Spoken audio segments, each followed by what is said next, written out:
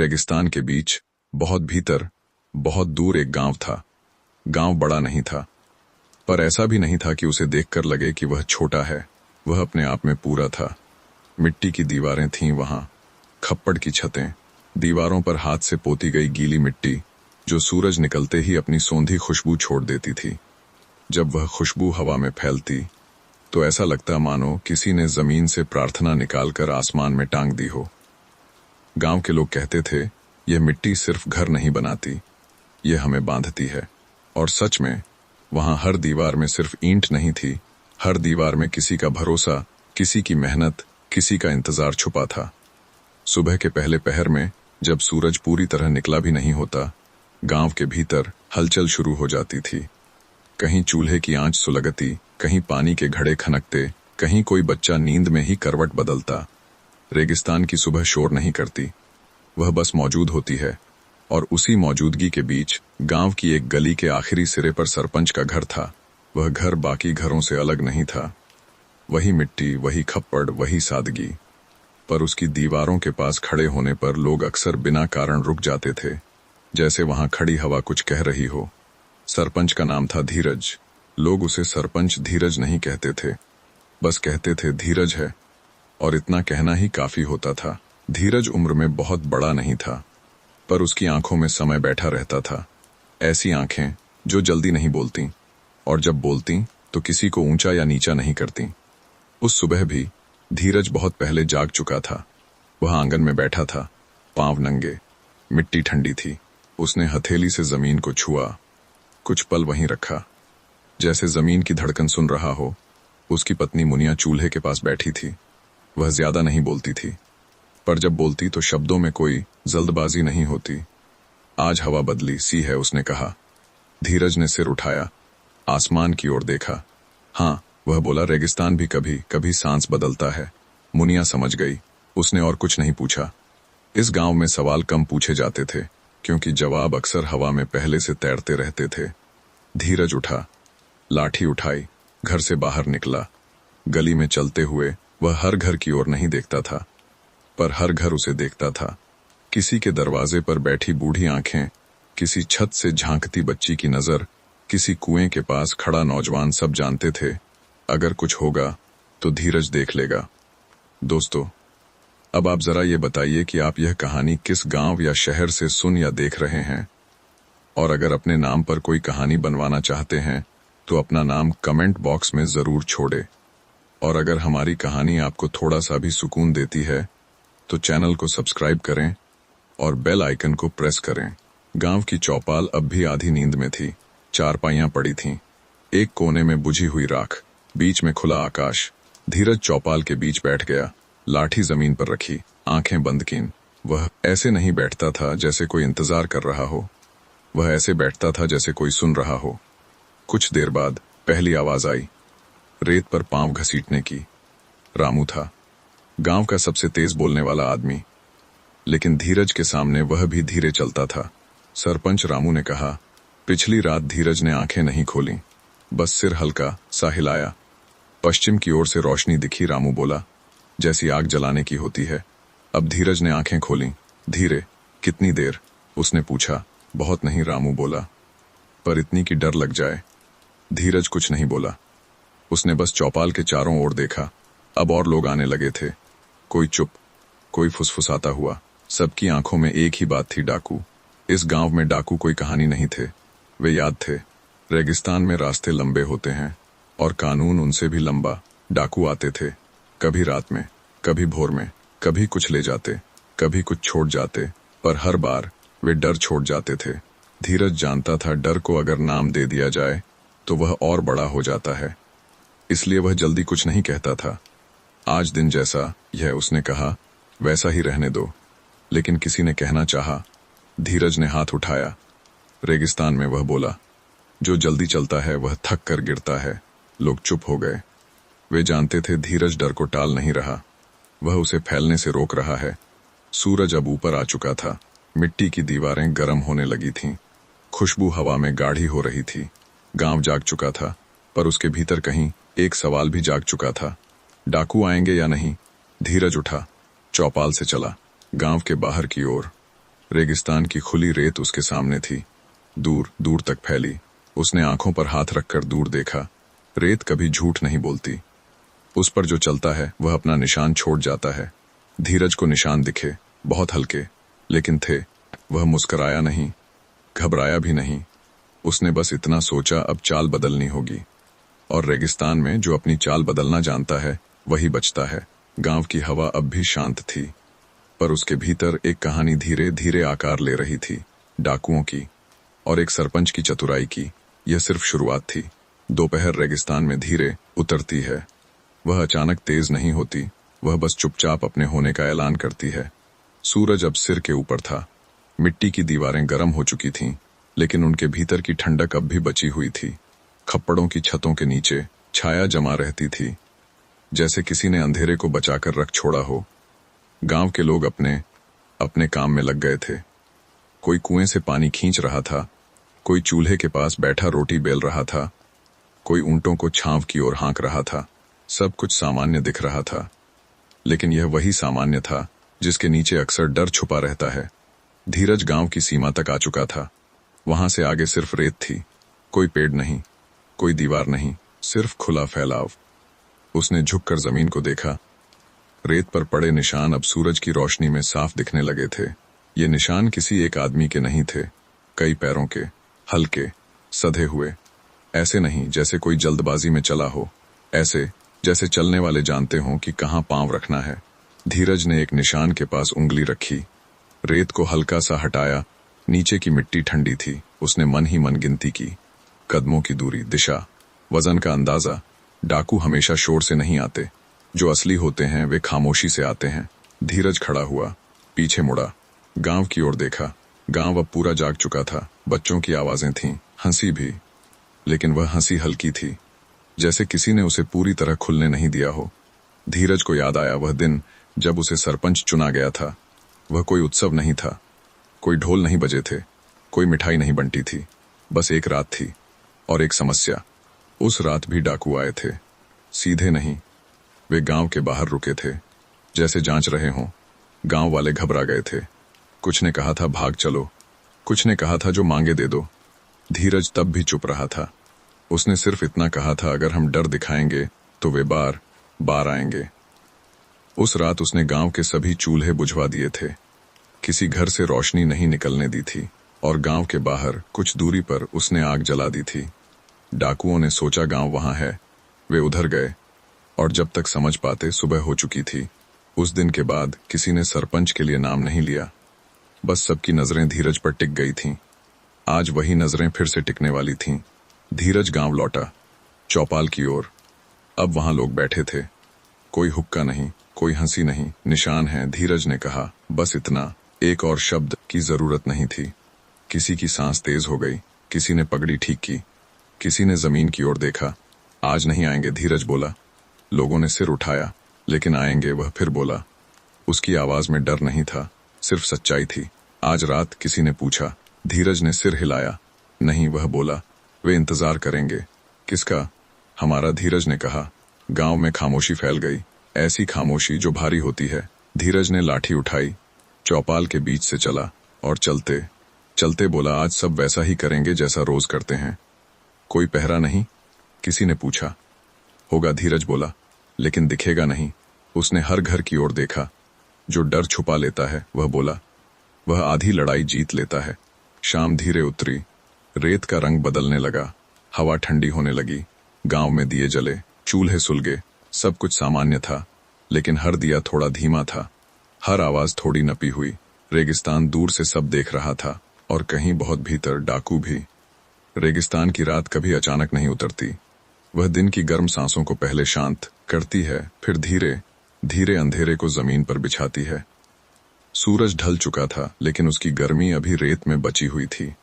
गांव की मिट्टी की दीवारें अब धीरे धीरे ठंडी होने लगी थीं। खप्पड़ की छतों के नीचे हवा का बहाव बदल गया था। यह वही समय था जब दिन और रात के बीच कुछ भी साफ नहीं होता, बस एक लंबा सांस लेने जैसा पल होता है। गांव में दिए जले थे, पर वे रोशनी के लिए नहीं थे, वे आदत के लिए थे।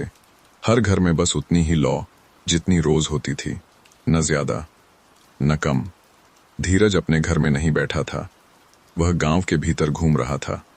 ऐसे नहीं जैसे कोई निगरानी कर रहा हो, बल्कि ऐसे जैसे कोई अपनी जमीन को महसूस कर रहा हो। वह एक गली से गुजरा, हर मोड़ पर रुकता, कभी दीवार छूता, कभी खप्पड़ की छाया देखता।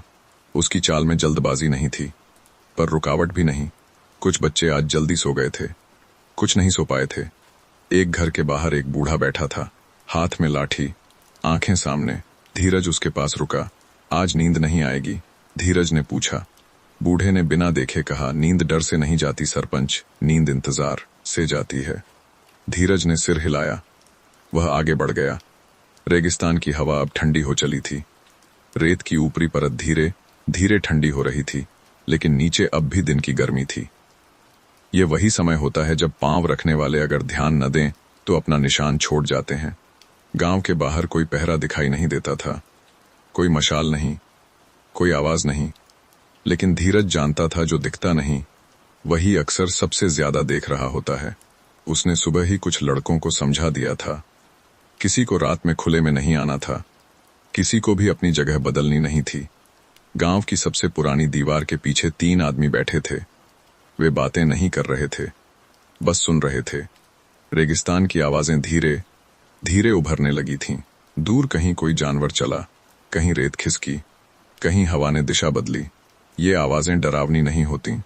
डर तब आता है जब ये अचानक रुक जाए, और फिर एक पल आया जब हवा रुक गई। धीरज ने कदम रोक लिया। यह रुकना सामान्य नहीं था। उसने आंखें बंद कीं, सिर्फ सुनने के लिए। बहुत दूर रेत पर किसी चीज के सरकने की आवाज थी, बहुत हल्की पर लय में। एक नहीं। डाकू अक्सर सीधे नहीं आते, वे पहले घूमते हैं, हवा को परखते हैं, गांव की सांस सुनते हैं। धीरज ने दिए की लौ की ओर देखा। वह कांप रही थी, पर बुझ नहीं रही थी। उसने मन ही मन कहा, ठीक है। वह धीरे धीरे चौपाल की ओर बढ़ा। वहां कोई नहीं था। खुला आकाश, नीचे ठंडी मिट्टी। उसने चारपाई को एक ओर खिसकाया, बीच में खाली जगह छोड़ी। यह खाली जगह सिर्फ जगह नहीं थी, यह संकेत था। रेगिस्तान में जो चीज असामान्य होती है वही सबसे पहले दिखाई देती है। डाकू दूर से गांव देख रहे थे। उन्हें वही दिख रहा था जो वे देखना चाहते थे, एक सामान्य रात। कोई पहरा नहीं, कोई तैयारी नहीं। एक ने कहा, आज लोग डरे नहीं लगते। दूसरा बोला, डर हमेशा दिखता नहीं। वे रुके, इंतजार किया। धीरज भी रुका था, पर उसका इंतजार अलग था। वह समय का इंतजार कर रहा था, उस पल का जब डर हाथ से निकल जाता है। रात और गहरी हो गई, तारे साफ दिखने लगे। रेगिस्तान अब ठंडा होने लगा था, और तभी एक पत्थर दीवार से टकराया, बहुत हल्के से। यह आवाज पूरे गांव ने सुनी, लेकिन किसी ने हिला नहीं। यह वही था जो धीरज चाहता था। डाकू समझ नहीं पाए यह चूक थी या जाल, और यहीं से सरपंच की चतुराई धीरे धीरे अपनी परतें खोलने वाली थी। यह रात लंबी होने वाली थी, और रेगिस्तान सब देख रहा था। भाग 4 खामोशी के भीतर पत्थर दीवार से टकराकर रेत पर गिर चुका था। आवाज बहुत छोटी थी, लेकिन उसका असर गांव के भीतर दूर तक चला गया। किसी ने दरवाजा नहीं खोला, किसी ने आवाज नहीं की। यह चुप्पी डर की नहीं थी, यह सिखाई हुई चुप्पी थी। धीरज चौपाल के पास अब भी खड़ा था। उसका शरीर स्थिर था, लेकिन मन पूरा जागा हुआ। उसने अपनी सांसों को धीमा रखा। रेगिस्तान में सांस भी आवाज बन जाती है। गांव के भीतर हर आदमी अपनी जगह पर था। कोई छत के नीचे, कोई दीवार से सटा, कोई जमीन पर लेटा हुआ, आंखें बंद किए पर कान खुले। डाकुओं ने दूसरा पत्थर नहीं फेंका। वे अक्सर ऐसा करते थे, पहली आवाज से गांव की नब्ज टटोलते थे। अगर कोई बाहर निकलता तो समझ जाते डर जीत गया है, लेकिन आज कुछ नहीं हुआ। रेगिस्तान ने अपनी आवाजें फिर से शुरू कर दी। हवा चली, रेत खिसकी, दूर कहीं कोई जानवर चला। डाकू एक दूसरे की ओर देख रहे थे। अंधेरे में चेहरे साफ नहीं दिखते, लेकिन शक दिखता है। कुछ गड़बड़ है, एक ने कहा। दूसरे ने जमीन को देखा। नहीं, वह बोला, गांव सो रहा है। धीरज जानता था यही सबसे खतरनाक पल होता, जब दुश्मन अपने ही अंदाजे पर भरोसा करने लगता है। उसने हाथ उठाया। दीवार के पीछे बैठे लोगों के लिए यह इशारा था। कोई हिला नहीं, बस सुनना, और गहरा हो गया। गांव के उत्तर की ओर एक पुरानी टूटी दीवार थी। वहां से अक्सर जानवर आ जाते थे। डाकू भी यही रास्ता चुनते थे। आज भी उनकी परछाइयां वहीं से खिसकने लगीं। धीरज ने अपनी लाठी जमीन पर टिका दी। उसने आंखें बंद कीं। बस एक पल, फिर उसने धीमे से रेत पर लाठी घसीटी। यह आवाज जानबूझकर थी, बहुत हल्की पर असामान्य। डाकू रुक गए। सुना, एक ने फुसफुसाया। हवा होगी, दूसरे ने कहा, लेकिन उसकी आवाज में विश्वास कम था। धीरज ने लाठी फिर नहीं घसीटी। वह जानता था डर को पूरा नहीं देना होता, बस अधूरा छोड़ देना होता है। गांव के भीतर एक बच्चा करवट बदलकर फिर सो गया। एक बूढ़े ने अपनी चादर कस ली। सब कुछ सामान्य ही रहा। डाकू अब आगे बढ़े। एक एक कदम, रेत पर पांव हल्के, लेकिन रेगिस्तान सब दर्ज कर रहा था। धीरज को पता था वे अभी भीतर नहीं आएंगे, वे आज बस माप रहे हैं। रात और गहरी हो गई। चांद अब ऊपर आ चुका था। उसकी रोशनी इतनी थी कि परछाइयां लंबी दिखें। डाकू रुके। एक ने कहा, आज नहीं। दूसरे ने सहमति में सिर हिलाया। वे पीछे हटने लगे, जैसे आए थे वैसे ही, बिना शोर, बिना जल्दबाजी। धीरज ने आंखें खोलीं। उसने दिए की लौ को देखा। वह अब स्थिर थी। रात का पहला दौर यहीं खत्म हुआ था, लेकिन कहानी अभी नहीं। धीरज जानता था डाकू पहली बार में कभी पूरा खेल नहीं खेलते। वे वापस आएंगे और अगली बार वे ज्यादा पास होंगे। रेगिस्तान अब फिर से सांस ले रहा था। गांव अब भी खड़ा था और सरपंच अब भी एक कदम आगे सोच रहा था। सुबह रेगिस्तान में हमेशा रात के बाद आती है, लेकिन रात को पूरी तरह छोड़े बिना। पहले हवा चलती है, बहुत हल्की, जैसे किसी ने सोते हुए करवट बदली हो। फिर रेत पर जमी ठंडक धीरे धीरे ढीली पड़ने लगती है। रेत सांस लेने लगती है। गांव की मिट्टी की दीवारें अब भी ठंडी थीं, पर उनमें दिन के लौटने की तैयारी शुरू हो चुकी थी। धीरज पूरी रात सोया नहीं था, पर वह जागता भी नहीं रहा था। वह बस मौजूद था।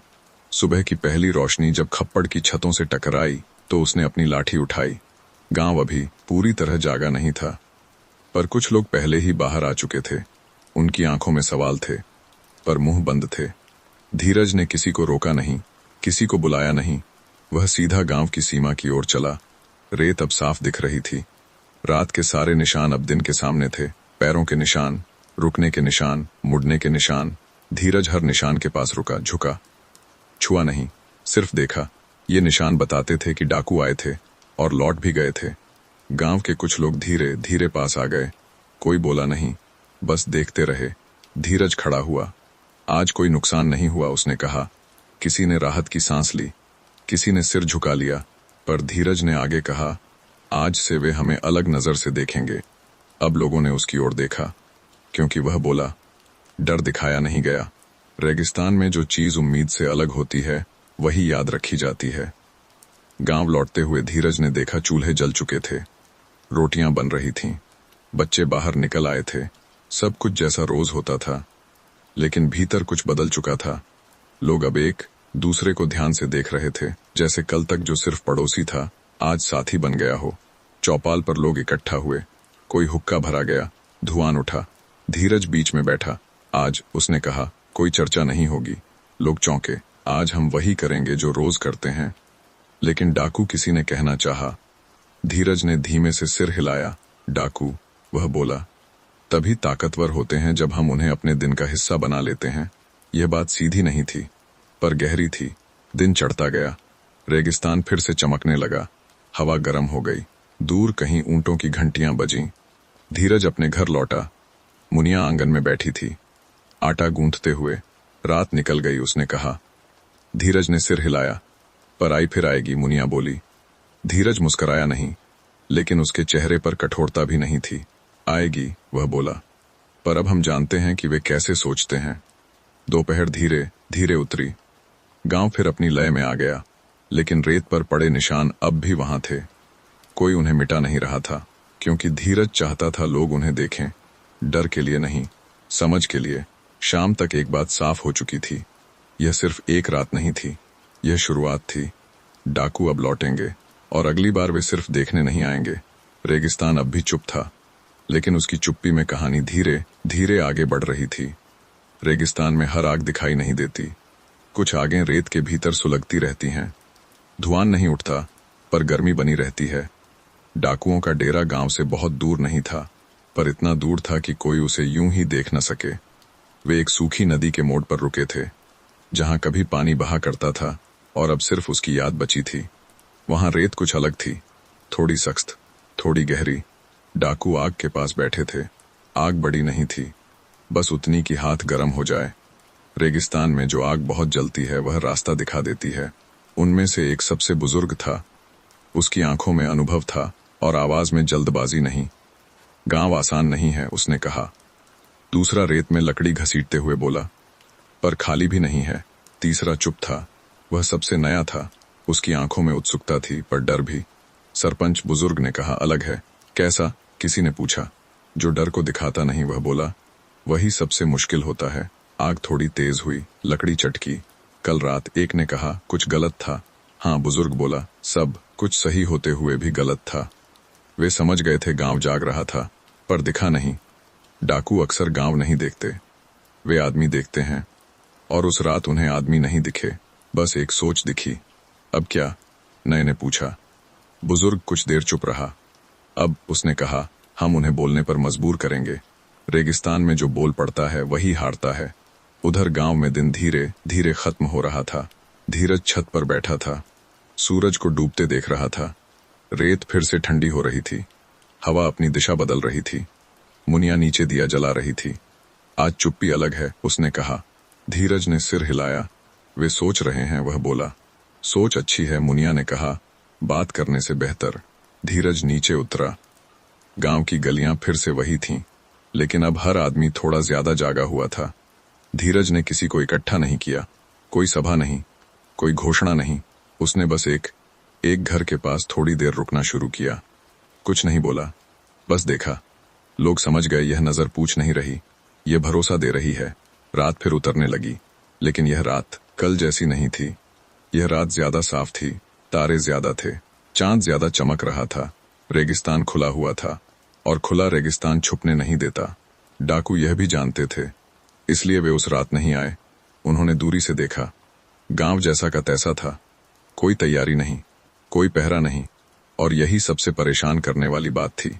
धीरज अपने घर के बाहर चारपाई पर लेटा था, आंखें खुली। उसने आसमान देखा।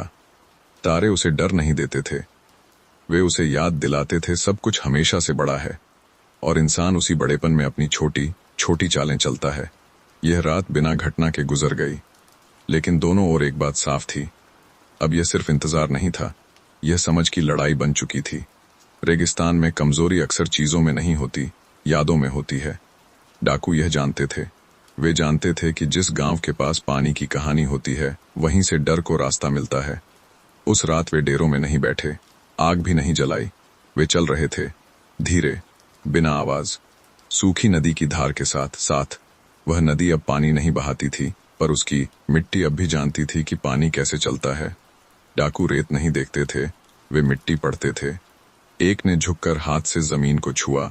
यहीं से, उसने कहा। क्या? दूसरे ने पूछा। याद? वह बोला, यहीं से निकलती है। गांव में सिर्फ एक कुआं था जो साल भर चलता था, बाकी सब मौसम के भरोसे थे। लोग उसी कुएं को जीवन कहते थे, और जीवन अगर एक जगह बंध जाए तो डर उसी जगह जन्म लेता है। धीरज सुबह बहुत पहले उठ गया था। वह कुएं के पास पहुंचा जब वहां कोई नहीं था। उसने कुएं की मुंडेर को छुआ, पत्थर ठंडा था। उसने अंदर झांका, पानी अब भी साफ था। लेकिन धीरज जानता था डाकू पानी नहीं चुराते, वे पानी की आशंका छोड़ जाते हैं। वह वापस मुड़ा, गांव की ओर।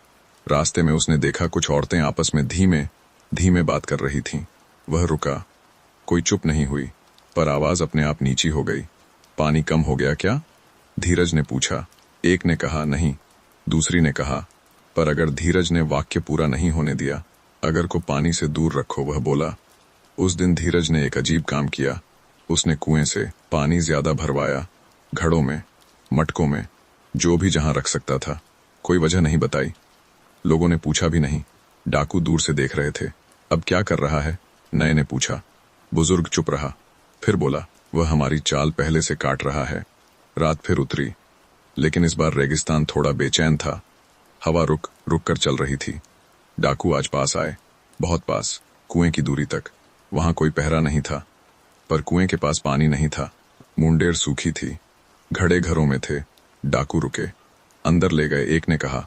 डर नहीं दिखाया, बुजुर्ग बोला, समझ दिखा दी। डाकू वापस मुड़ गए। रेगिस्तान उनके पीछे फिर से चुप हो गया। सुबह गांव जागा।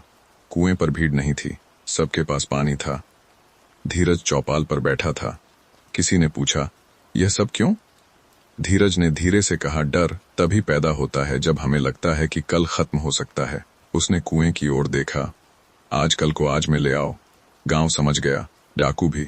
अब खेल बदल चुका था। यह अब सिर्फ रात की लड़ाई नहीं थी, यह सोच की लड़ाई थी। और धीरज इस लड़ाई में रेगिस्तान को अपने साथ कर चुका था।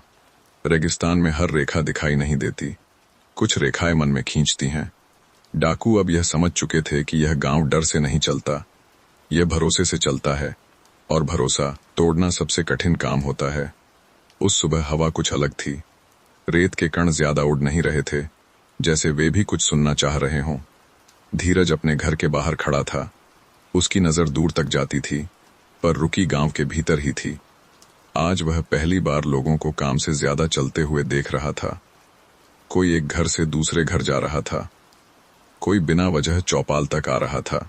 यह बेचैनी नहीं थी, यह सतर्कता थी। डाकू आज रात सिर्फ देखने नहीं आने वाले थे, वे कुछ छोड़ने वाले थे।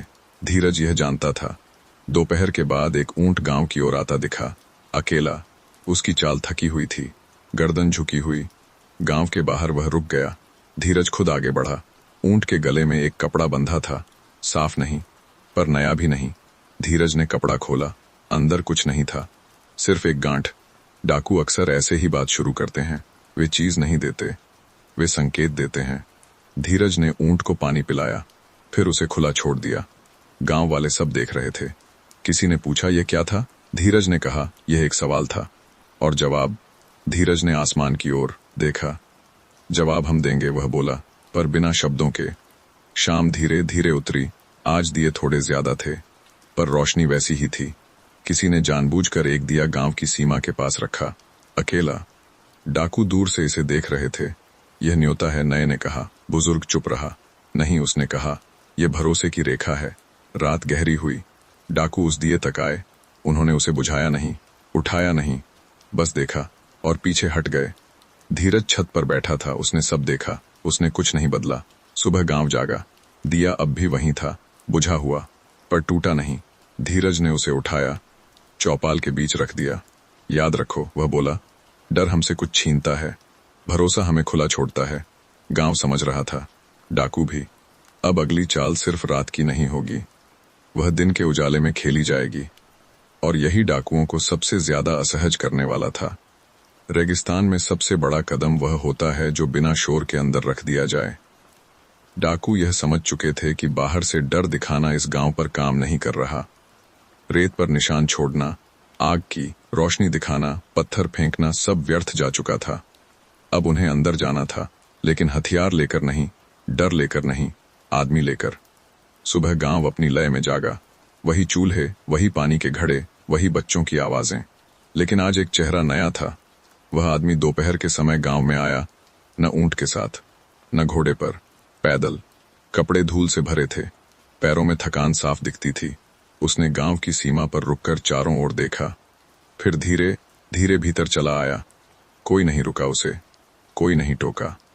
रेगिस्तान में जो आदमी डरता हुआ नहीं चलता, वह या तो बेहद मासूम होता है या बेहद चालाक। धीरज चौपाल पर बैठा था। उसकी नजर उस आदमी पर पहली ही सांस में पड़ गई, पर उसने बुलाया नहीं, न उठकर गया। वह आदमी कुएं के पास पहुंचा, पानी मांगा। एक औरत ने घड़ा आगे कर दिया। उसने पानी पिया, धीरे, जैसे हर घूंट गिन रहा हो। फिर वह चौपाल की ओर आया। धीरज अब भी बैठा था। मैं रास्ता भटक गया हूं, आदमी ने कहा। धीरज ने सिर उठाया। रेगिस्तान में, वह बोला, जो भटकता है वह खुद को ढूंढ रहा होता है। आदमी एक पल चुप रहा। उसने इधर उधर देखा। मैं रात यहीं रुक सकता हूं? उसने पूछा। धीरज ने बिना सोचे कहा, रुक जाओ। कोई सवाल नहीं, कोई जांच नहीं। यह बात डाकुओं तक पहुंची। वे दूर से देख रहे थे। इतनी आसानी? नए ने पूछा। बुजुर्ग ने आग में लकड़ी डाली। नहीं, वह बोला, इतनी समझ। रात धीरे उतरी। वह आदमी एक घर के बाहर चारपाई पर लेटा। गांव वैसा ही था जैसा हर रात, लेकिन आज कई आंखें उस आदमी पर थीं, और वह आदमी यह जानता था। आधी रात के बाद वह उठा, बहुत धीरे। उसने चारों ओर देखा, कदम बाहर रखे। रेत उसके पांव के नीचे हल्की सी आवाज कर गई, और उसी पल धीरज अंधेरे से बोला, इतनी जल्दी नींद खुल गई? आदमी चौंका। वह मुड़ा। धीरज दीवार के पास खड़ा था। हाथ में लाठी नहीं, बस आवाज। मैं पानी देखने आया था, आदमी बोला। धीरज मुस्कुराया नहीं। पानी, वह बोला, दिन में देखा जाता है, रात में नियत। आदमी कुछ नहीं बोला। धीरज ने आगे कहा, तुम डाकू नहीं हो। आदमी और सख्त हो गया। डाकू हथियार लेकर आते हैं, तुम डर लेकर आए हो। आदमी नीचे बैठ गया। बहुत देर तक कुछ नहीं कहा। फिर उसने सिर उठाया। वे जानना चाहते हैं, उसने कहा, कि तुम कब टूटोगे। धीरज ने आकाश की ओर देखा। रेगिस्तान में, वह बोला, जो टूटता है वह पहले से खोखला होता है। आदमी सुबह तक उसी जगह बैठा रहा। सुबह जब गांव जागा, वह वहां नहीं था। सिर्फ रेत पर कुछ निशान थे। धीरज ने उन्हें देखा और समझ गया अब डाकू खुद सामने आने वाले हैं, क्योंकि उनकी सबसे बड़ी चाल देख ली गई थी।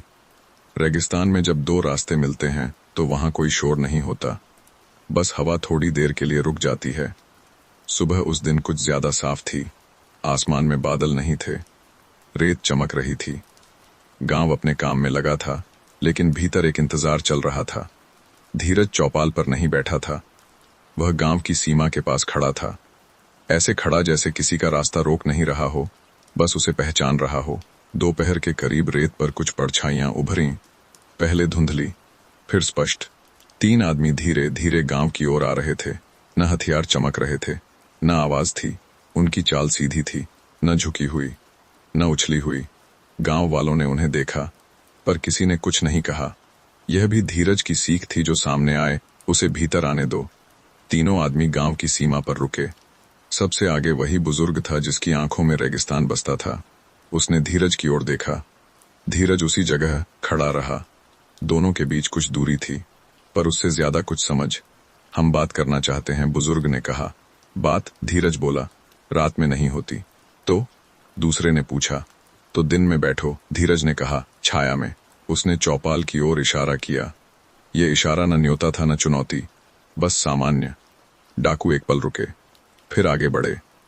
गांव के भीतर पहली बार डाकू दिन के उजाले में आए थे। लोग अपने काम में लगे रहे। कोई भागा नहीं, कोई छुपा नहीं। चौपाल पर चारपाइयां थीं, एक दिया अब भी बीच में रखा था। धीरज बैठ गया, डाकू भी। कुछ पल कोई नहीं बोला। हवा हल्की सी चली। बुजुर्ग ने चुप्पी तोड़ी। हम लूटने नहीं आए, उसने कहा। धीरज ने सिर हिलाया। तभी तो आए हो, वह बोला। दूसरे डाकू ने पूछा, तुम्हें डर नहीं लगता? धीरज ने आसपास देखा। मिट्टी की दीवारें, खप्पड़ की छतें, बच्चों की आवाजें। डर, वह बोला, घर में पैदा होता है, और घर हमने मिलकर बनाया है। बुजुर्ग थोड़ा आगे झुका। हम तुम्हें छोड़ देंगे, उसने कहा, अगर तुम हमें रास्ता दे दो। धीरज ने रेत उठाई, हथेली में ली, फिर नीचे गिरा दी। रेगिस्तान में, वह बोला, रास्ते दिए नहीं जाते, वे चलने से बनते हैं। और अगर हम जोर से चलें? नए ने पूछा। धीरज ने उसकी ओर देखा। तो रेत और गहरी धंसती है। कुछ पल फिर चुप्पी। यह चुप्पी अब भारी नहीं थी, यह सोचने की चुप्पी थी। बुजुर्ग ने गहरी सांस ली। तुम हमसे क्या चाहते हो? उसने पूछा। धीरज ने बिना रुके कहा, कुछ नहीं। तीनों चौंके। जो कुछ मांगता है, धीरज बोला, वह कमजोरी दिखाता है। बुजुर्ग धीरे धीरे मुस्कराया। तुम अलग हो, उसने कहा। नहीं, धीरज बोला, मैं अपने गांव जैसा हूं। सूरज अब बीच में था।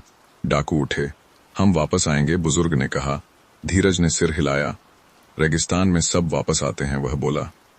सवाल यह है कि वे कैसे लौटते हैं। तीनों गांव से उसी शांति से निकल गए जिससे आए थे। गांव अब भी खड़ा था, पर अब एक बात साफ थी, यह लड़ाई अब हथियारों की नहीं थी, यह इज्जत की लड़ाई बन चुकी थी। और इज्जत रेगिस्तान में सबसे भारी चीज होती है। रेगिस्तान में ना कहना आवाज से नहीं होता, वह ठहराव से कहा जाता है। डाकू 2 दिन तक वापस नहीं आए। यह उनके तरीके का हिस्सा था। वे जानते थे इंतजार दिमाग को थकाता है। गांव इस दौरान अपने काम में लगा रहा। खेत नहीं थे, पर काम थे। मिट्टी को ठीक करना, खप्पड़ों को कसना, कुएं के पास नाली साफ करना। धीरज इन सब में खुद शामिल था। वह किसी को निर्देश नहीं दे रहा था, बस जहां जरूरत थी वहां हाथ लगा रहा था। लोग यह देख रहे थे, और डाकू भी। तीसरे दिन दोपहर से पहले एक परछाई फिर रेत पर उभरी। इस बार वे 3 नहीं थे, 5 थे, बिना हथियार दिखाए, पर चाल में वजन था। धीरज फिर गांव की सीमा पर खड़ा था। इस बार वह चौपाल नहीं ले गया, वह वहीं रुक गया। बुजुर्ग आगे आया। हम एक बात लेकर आए हैं, उसने कहा। धीरज ने सिर हिलाया। कहो, वह बोला। हम तुम्हारे गांव को छोड़ देंगे, बुजुर्ग ने कहा, अगर तुम हमें हर महीने पानी और अनाज दे दिया करो। हवा हल्की सी चली। गांव के भीतर किसी ने सांस रोकी। धीरज कुछ पल चुप रहा। उसने कुएं की ओर देखा, फिर मिट्टी की दीवारों की ओर, फिर रेत की ओर। नहीं, उसने कहा, बस इतना। कोई गुस्सा नहीं, कोई ऊंची आवाज नहीं, सिर्फ एक शब्द। बुजुर्ग ने आंखें सिकोड़ लीं। सोच लो, उसने कहा, यह सबसे आसान रास्ता है। धीरज ने रेत उठाई, हथेली में रखी। आसान? वह बोला, हमारे यहां लंबा नहीं चलता। एक डाकू आगे बढ़ा, तुम अपने लोगों को मुसीबत में डाल रहे हो। धीरज ने उसकी आंखों में देखा। मुसीबत? वह बोला, वह होती है जिसे हम रोज ढोते हैं और अपना समझ लेते हैं। उसने हथेली की रेत जमीन पर छोड़ दी। अगर आज दे दिया, वह बोला, तो कल और दोगे। बुजुर्ग कुछ देर चुप रहा, फिर पीछे मुड़ा। हम फिर मिलेंगे, उसने कहा। धीरज ने सिर हिलाया। रेगिस्तान में, वह बोला, जो बार बार मिलता है वह या तो दोस्त बनता है या खत्म हो जाता है। डाकू लौट गए। गांव अब भी खड़ा था, लेकिन अब डर थोड़ा हिला था। शाम को लोग अपने अपने घरों से बाहर आए। कोई बोला नहीं, पर सब धीरज के पास आए। वह चौपाल पर बैठा। आज तुमने ना कहा, एक बूढ़े ने कहा। धीरज ने सिर हिलाया। ना, वह बोला, हमेशा आवाज नहीं मांगती, उसे पीछे खड़े लोग चाहिए होते हैं। लोग एक दूसरे की ओर देखने लगे। वे समझ गए आज ना अकेले की नहीं थी, ये पूरे गांव की थी। रात फिर उतरी, लेकिन इस बार खामोशी डरी हुई नहीं थी, ये तैयार खामोशी थी। रेगिस्तान यह फर्क पहचानता है, और डाकू भी। अब वे जान चुके थे यह गांव देने वाला नहीं है। रेगिस्तान में दबाव कभी तुरंत नहीं आता, वह धीरे धीरे हवा की तरह चारों ओर फैलता है। डाकू इस बार रात में नहीं आए, न दिन में। वे बीच के समय आए, जब सूरज झुक रहा होता है और परछाइयां लंबी होने लगती हैं। यह समय लोगों को अधूरा छोड़ देता है। धीरज उस समय कुएं के पास था। वह पत्थरों के बीच जमी मिट्टी खुरच रहा था। उसने पांवों की आहट पहले नहीं सुनी। उसने हवा की दिशा बदली पहले महसूस की। डाकू चारों ओर से नहीं आए, वे एक सीधी रेखा में आए।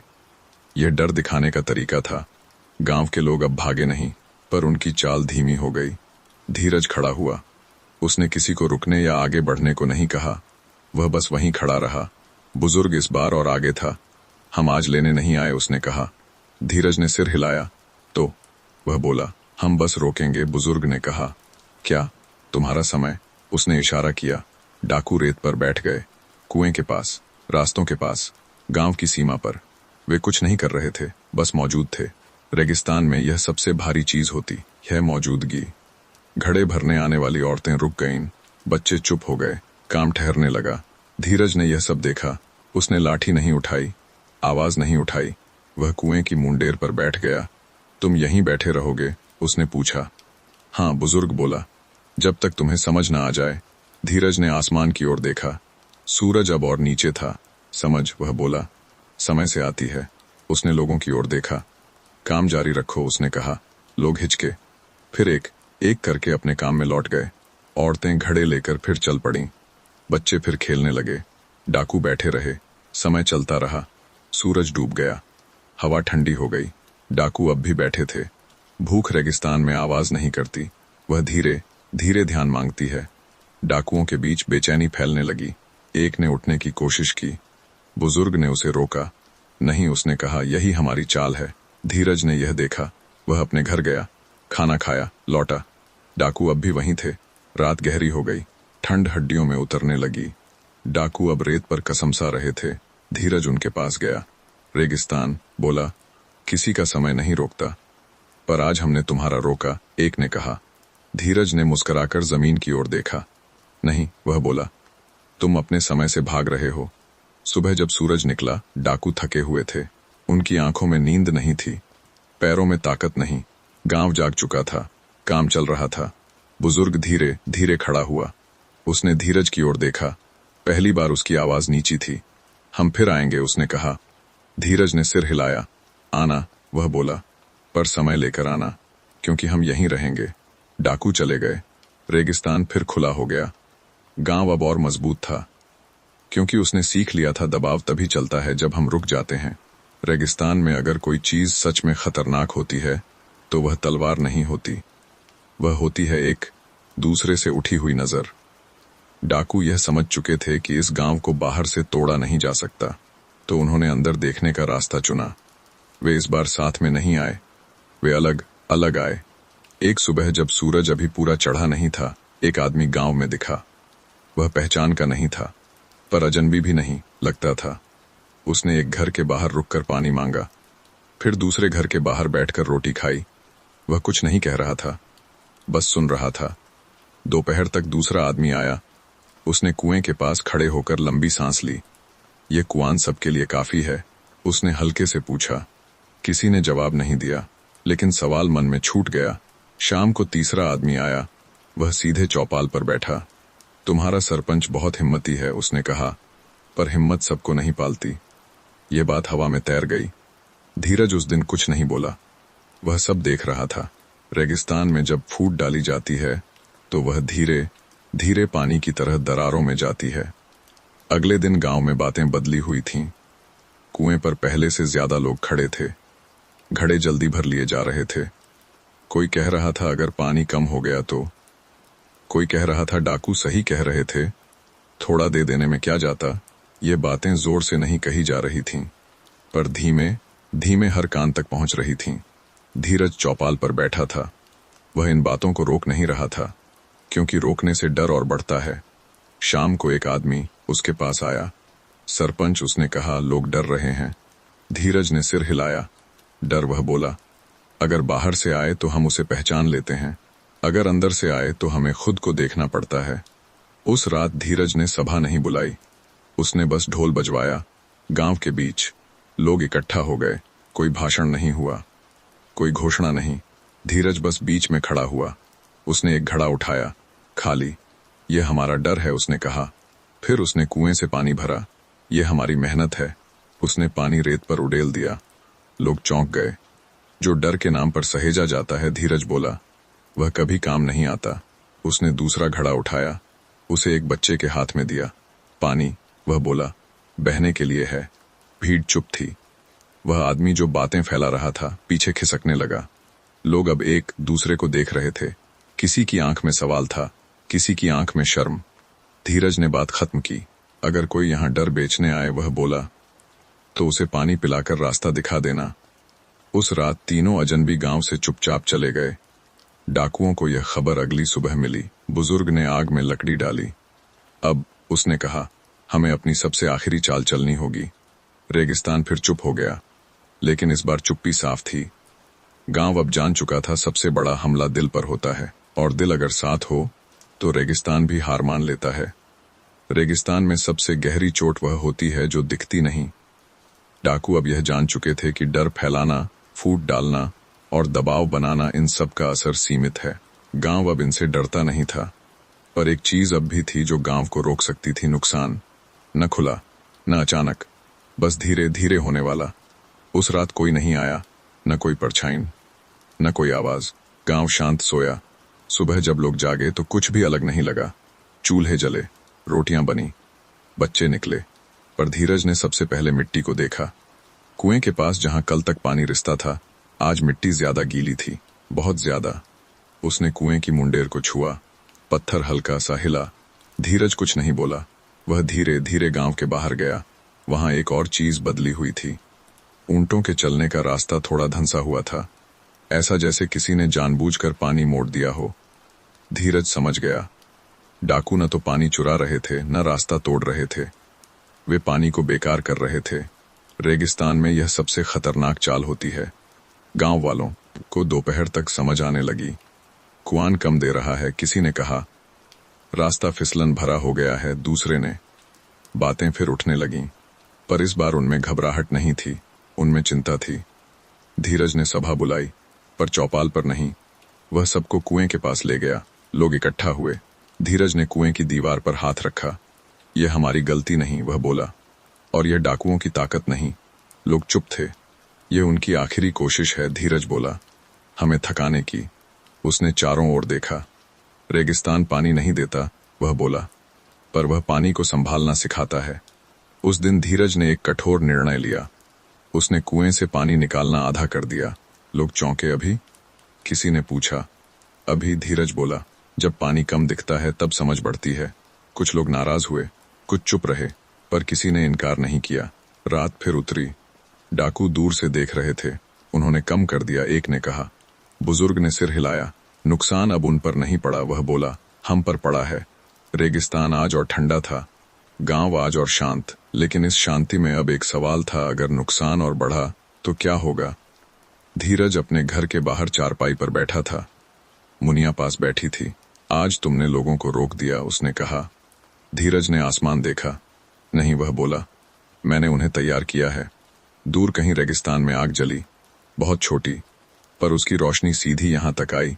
डाकू अब अगला कदम सोच रहे थे, और यह कदम अब नुकसान से आगे जाने वाला था। यह टकराव की ओर बढ़ती कहानी थी। रेगिस्तान में त्याग कोई भावुक शब्द नहीं है, वह जरूरत से जन्म लेता है। कुएं का पानी अब भी आ रहा था, पर पहले जैसा नहीं। घड़े आधे भर रहे थे, और आधे भर घड़े सबसे ज्यादा सवाल खड़े करते हैं। सुबह गांव की चाल धीमी थी। कोई जल्दी में नहीं था, पर कोई बेफिक्र भी नहीं था। धीरज ने यह देखा। उसने लोगों को काम से नहीं रोका, बस काम की दिशा बदल दी। ऊंट उस दिन बाहर नहीं ले जाए गए, लकड़ी दूर से नहीं लाई गई। गांव अपने भीतर सिमट आया। यह सिमटना डर का नहीं था, यह संरक्षण का था। दोपहर के समय एक बूढ़ा धीरज के पास आया। सरपंच, उसने कहा, अगर पानी और कम हुआ तो। धीरज ने उसकी आंखों में देखा। तो हम और कम करेंगे, वह बोला। कब तक? धीरज ने मिट्टी उठाई। जब तक मिट्टी हमें रोक न दे। यह बात कठोर थी, पर साफ थी। शाम होते होते धीरज ने एक और निर्णय लिया। उसने गांव के सबसे पुराने 2 घरों को खाली करने को कहा। वे घर कुएं के सबसे पास थे। लोग हिल गए। वे घर सिर्फ घर नहीं थे, यादें थे, पीढ़ियां थीं। घर के मालिक कुछ नहीं बोले, बस चुपचाप सामान बांधने लगे। एक औरत दीवार को छूकर रोने लगी। धीरज वहां पहुंचा। ये घर नहीं टूट रहा, वह बोला, ये बचाया जा रहा है। उस रात वे घर खाली थे। डाकू दूर से देख रहे थे। उन्होंने अपना ही घर छोड़ दिया, एक ने कहा। बुजुर्ग चुप रहा। यह अच्छा नहीं है, उसने कहा। क्यों? नए ने पूछा। क्योंकि जो अपना छोड़ सकता है, वह कुछ भी छोड़ सकता है। सुबह धीरज खुद उन खाली घरों में गया। उसने दीवारें थोड़ी तोड़ी, पानी की निकासी बनाई। लोग उसके साथ थे। कुएं के आसपास कीचड़ धीरे धीरे कम होने लगा। पानी फिर साफ दिखने लगा। यह धीमी जीत थी, पर सच्ची। डाकू ने यह देखा। अब? किसी ने पूछा। बुजुर्ग ने आग की ओर देखा। अब हमने गलती कर दी, वह बोला। कैसे? हमने उन्हें मजबूर किया त्याग के लिए, और त्याग रेगिस्तान में सबसे बड़ी ताकत है। गांव आज शांत था, पर उस शांति में गर्व था। लोग जान चुके थे वे सिर्फ बच नहीं रहे, वे सीख रहे हैं। धीरज चौपाल पर बैठा था। उसके पास वही बूढ़ा आया। सरपंच, उसने कहा, आज दुख भी है। धीरज ने धीरे से कहा, दुख अगर हमें एक दूसरे के करीब लाए तो वह नुकसान नहीं होता। रेगिस्तान आज और खुला था। डाकू आज और उलझे हुए, क्योंकि अब यह साफ हो चुका था, यह गांव हर कीमत पर खड़ा रहेगा। और यही डाकुओं की सबसे बड़ी हार थी। डाकुओं के डेरों में उस रात नींद कम थी। आग जली थी, पर उसके चारों ओर चुप्पी बैठी थी।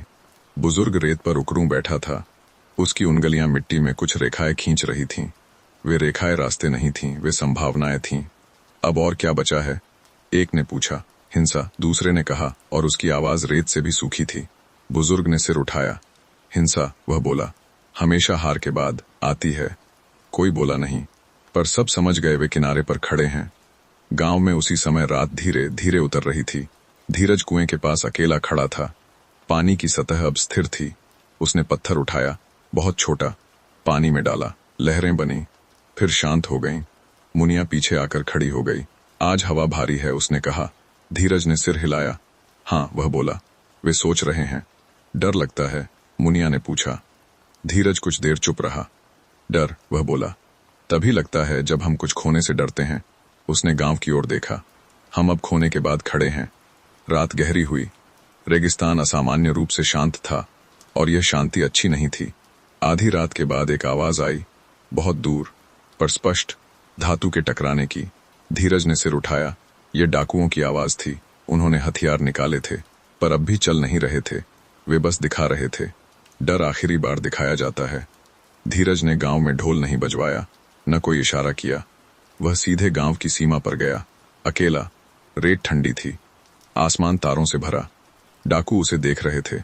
तुम अकेले क्यों आए? एक ने चिल्लाकर पूछा। धीरज ने आवाज ऊंची नहीं की, क्योंकि वह बोला, हिंसा भीड़ में जन्म लेती है। बुजुर्ग आगे आया। हमें मजबूर मत करो, उसने कहा। धीरज ने रेत पर एक रेखा खींची। ये हमारी सीमा नहीं, वह बोला, यह तुम्हारी है। डाकू हिचके। एक कदम और धीरज बोला, और तुम वापसी का रास्ता खो दोगे। यह धमकी नहीं थी, यह साफ सूचना थी। बुजुर्ग ने उसकी आंखों में देखा। पहली बार उसने वहां डर नहीं पर थकान देखी। अगर हम लौट गए, उसने पूछा तो? धीरज ने रेत से रेखा मिटा दी। तो कुछ नहीं, वह बोला। रेगिस्तान फिर सब भूल जाएगा। कुछ पल हवा भी रुक गई। फिर बुजुर्ग पीछे हटा। एक एक करके डाकू हथियार नीचे रखने लगे। वे आज नहीं टूटे, पर वे आज आगे भी नहीं बढ़े। रेगिस्तान ने गहरी सांस ली। सुबह होगी, और यह सुबह अलग होगी, क्योंकि हिंसा किनारे पर रुक गई थी, और जो हिंसा को रोक ले वह लड़ाई जीत चुका होता है बिना लड़े। रेगिस्तान में पीछे हटना भागना नहीं होता, वह दिशा बदलना होता है। रात धीरे धीरे खत्म हुई। तारे एक एक करके मध्यम पड़ने लगे। डाकुओं का डेरा उस सुबह अलग था। आग अब भी जल रही थी, पर उसके पास कोई बैठा नहीं था। सब थोड़ी दूरी पर थे, जैसे आग के पास बैठना अब उन्हें याद दिलाता हो कि वे क्या करने आए थे। बुजुर्ग सबसे आखिर में उठा। उसने रेत को देखा। वहां कल रात की रेखाएं अब भी थीं, कुछ मिट चुकी थीं, कुछ बची हुई। हम लड़े नहीं, एक ने कहा। तो हारे कैसे? बुजुर्ग ने धीरे से रेत उठाई, हथेली से फिसलने दी। हार, वह बोला, हमेशा टकराव से नहीं आती, कभी कभी वह समझ से आती है। नया चुप था। उसकी आंखों में अब पहले जैसी आग नहीं थी। तो अब? उसने पूछा। बुजुर्ग ने दूर गांव की ओर देखा। अब हमें लौटना होगा। खाली हाथ नहीं, वह बोला, अनुभव के साथ। उधर गांव में सुबह सामान्य थी। चूल्हे जले, घड़े भरे, बच्चे फिर दौड़े, पर हर कदम में एक सुकून था। धीरज कुएं के पास खड़ा था।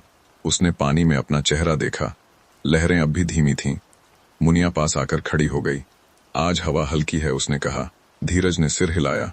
हाँ, वह बोला, वे जा रहे हैं, पक्का। रेगिस्तान, धीरज बोला। जब रास्ता बदलता है तो हवा बता देती है। दोपहर के करीब गांव की सीमा पर हलचल हुई। धीरज वहां पहुंचा। बुजुर्ग अकेला आया था, न हथियार न साथी, बस वही आंखें जिनमें अब थकान थी। हम लौट रहे हैं, उसने कहा। धीरज ने कुछ नहीं कहा। पर एक बात पूछने आए हैं, बुजुर्ग बोला। कहो, तुम हमें मार सकते थे, वह बोला। फिर क्यों नहीं किया? धीरज ने रेत पर बैठते हुए कहा, क्योंकि मारना सबसे आसान रास्ता है। बुजुर्ग चुप रहा। और जो आसान चुनता है, धीरज बोला, वह फिर हर बार आसान ही चुनेगा। बुजुर्ग ने आंखें बंद की। हम इस तरफ फिर नहीं आएंगे, उसने कहा। धीरज ने सिर हिलाया। रेगिस्तान किसी को कैद नहीं करता, वह बोला, पर याद जरूर रखता है। बुजुर्ग मुड़ा, चल पड़ा। उसके कदम हल्के थे। गांव उसे देख रहा था। कोई खुशी नहीं, कोई ताना नहीं, बस एक खामोश समझ। शाम फिर उतरी, लेकिन आज खामोशी डर की नहीं थी, यह लौटने की खामोशी थी। धीरज चौपाल पर बैठा। लोग उसके पास आए। खत्म हो गया, किसी ने पूछा। धीरज ने धीमे से कहा, नहीं, बस रूप बदला है। रेगिस्तान आज और बड़ा लग रहा था, क्योंकि उसने एक कहानी अपने भीतर समेट ली थी। रेगिस्तान में शांति कोई इनाम नहीं होती, वह एक जिम्मेदारी होती है। डाकुओं के जाने के बाद पहली सुबह अजीब थी। न डर था, न उत्सव, बस एक खाली जगह। जहां पहले चौकन्नापन बैठा रहता था, वहां अब सवाल बैठ गया था, अब कैसे जिएं? गांव अपने काम में लगा, पर काम के बीच नजरें बार बार दूर रेत की ओर चली जाती थीं, जैसे कुछ छूट गया हो। धीरज यह देख रहा था। वह जानता था लंबे समय तक डर के साथ जीने के बाद शांति सीधी नहीं लगती, वह फिसलन बन जाती है। उस दिन धीरज ने कोई नया नियम नहीं बनाया, उसने पुराने नियम हटा दिए। कुएं के पास पहरे की आदत खत्म कर दी गई। रात में जागने वाले अब सोने लगे। कुछ लोगों को यह अजीब लगा। अब अगर कोई आ गया तो? एक ने पूछा। धीरज ने मिट्टी की दीवार पर हाथ रखा। तो हम फिर जागेंगे, वह बोला। हर दिन जागकर जीना जिंदगी नहीं होती। शाम को बच्चे पहली बार खुलकर खेले। उनकी हंसी लंबी थी, बेहिचक। कुछ बूढ़ों को यह खटकने लगा, इतनी हंसी ठीक नहीं, एक ने कहा। धीरज ने उसे देखा। हंसी, वह बोला। अगर हमें डराने लगे तो समझो हम डर के आदी हो गए हैं। रात फिर उतरी। आज दिए थोड़े ज्यादा जले, पर कोई उन्हें गिन नहीं रहा था। धीरज अपने घर के बाहर चारपाई पर बैठा था। मुनिया पास बैठी थी। आज तुम चिंतित हो, उसने कहा। धीरज ने आसमान देखा। नहीं, वह बोला, मैं सीखने की तैयारी में हूं। किसकी? शांति की। अगले दिन धीरज ने चौपाल पर लोगों को बुलाया। आज से वह बोला, हम डाकुओं की बातें कम करेंगे। लोग चुप रहे और अपने काम की ज्यादा। उसने एक बच्चे को बीच में बुलाया। तू क्या बनना चाहता है? मिट्टी का घर बनाने वाला, बच्चे ने कहा। लोग मुस्कराए। धीरज ने उस मुस्कान को रुकने नहीं दिया। यही, वह बोला, हमारी जीत है। लेकिन शांति कभी अकेली नहीं आती, उसके साथ ढीलापन भी आता है। कुछ दिन बाद लोग कुएं के पास फिर लापरवाह होने लगे। पानी जरूरत से ज्यादा भरने लगा। धीरज ने फिर कुछ नहीं कहा। वह इंतजार करता रहा। एक सुबह पानी थोड़ा कम दिखा। लोग खुद रुक गए। धीरज ने तब कहा, शांति में अनुशासन डर से नहीं आता, वह समझ से आता है। रेगिस्तान आज निरपेक्ष था, न दोस्त न दुश्मन, बस मौजूद। गांव धीरे धीरे सीख रहा था, लड़ाई के बाद सबसे कठिन काम जीना होता है। और यह काम अब शुरू हुआ था। रेगिस्तान में सबसे कठिन लड़ाई वह होती है जिसमें सामने कोई दुश्मन नहीं होता। डाकुओं के जाने के बाद समय धीरे धीरे अपनी चाल में लौट आया था। दिन काम में बीतने लगे, रात नींद में, लेकिन मन पूरी तरह नहीं सोया था। गांव के कुछ लोग अब धीरज को अलग नजर से देखने लगे थे। पहले वह डर के समय जरूरी था, अब जब डर चला गया तो उसकी जरूरत कुछ लोगों को कम लगने लगी। एक शाम चौपाल पर कुछ लोग इकट्ठा हुए। धीरज वहां नहीं था। अब सब ठीक है, एक ने कहा। तो हर बात में सरपंच क्यों? दूसरे ने हुक्का रखा। डाकू गए, पानी संभल गया, गांव चल रहा है। अब हर फैसला एक ही आदमी क्यों करे? ये बातें आवाज ऊंची करके नहीं कही जा रही थीं, पर इनकी गूंज लंबी थी। अगली सुबह यह बात धीरज तक पहुंची। किसी ने शिकायत की तरह नहीं कहा, बस यूं ही बताया। धीरज ने कोई प्रतिक्रिया नहीं दी।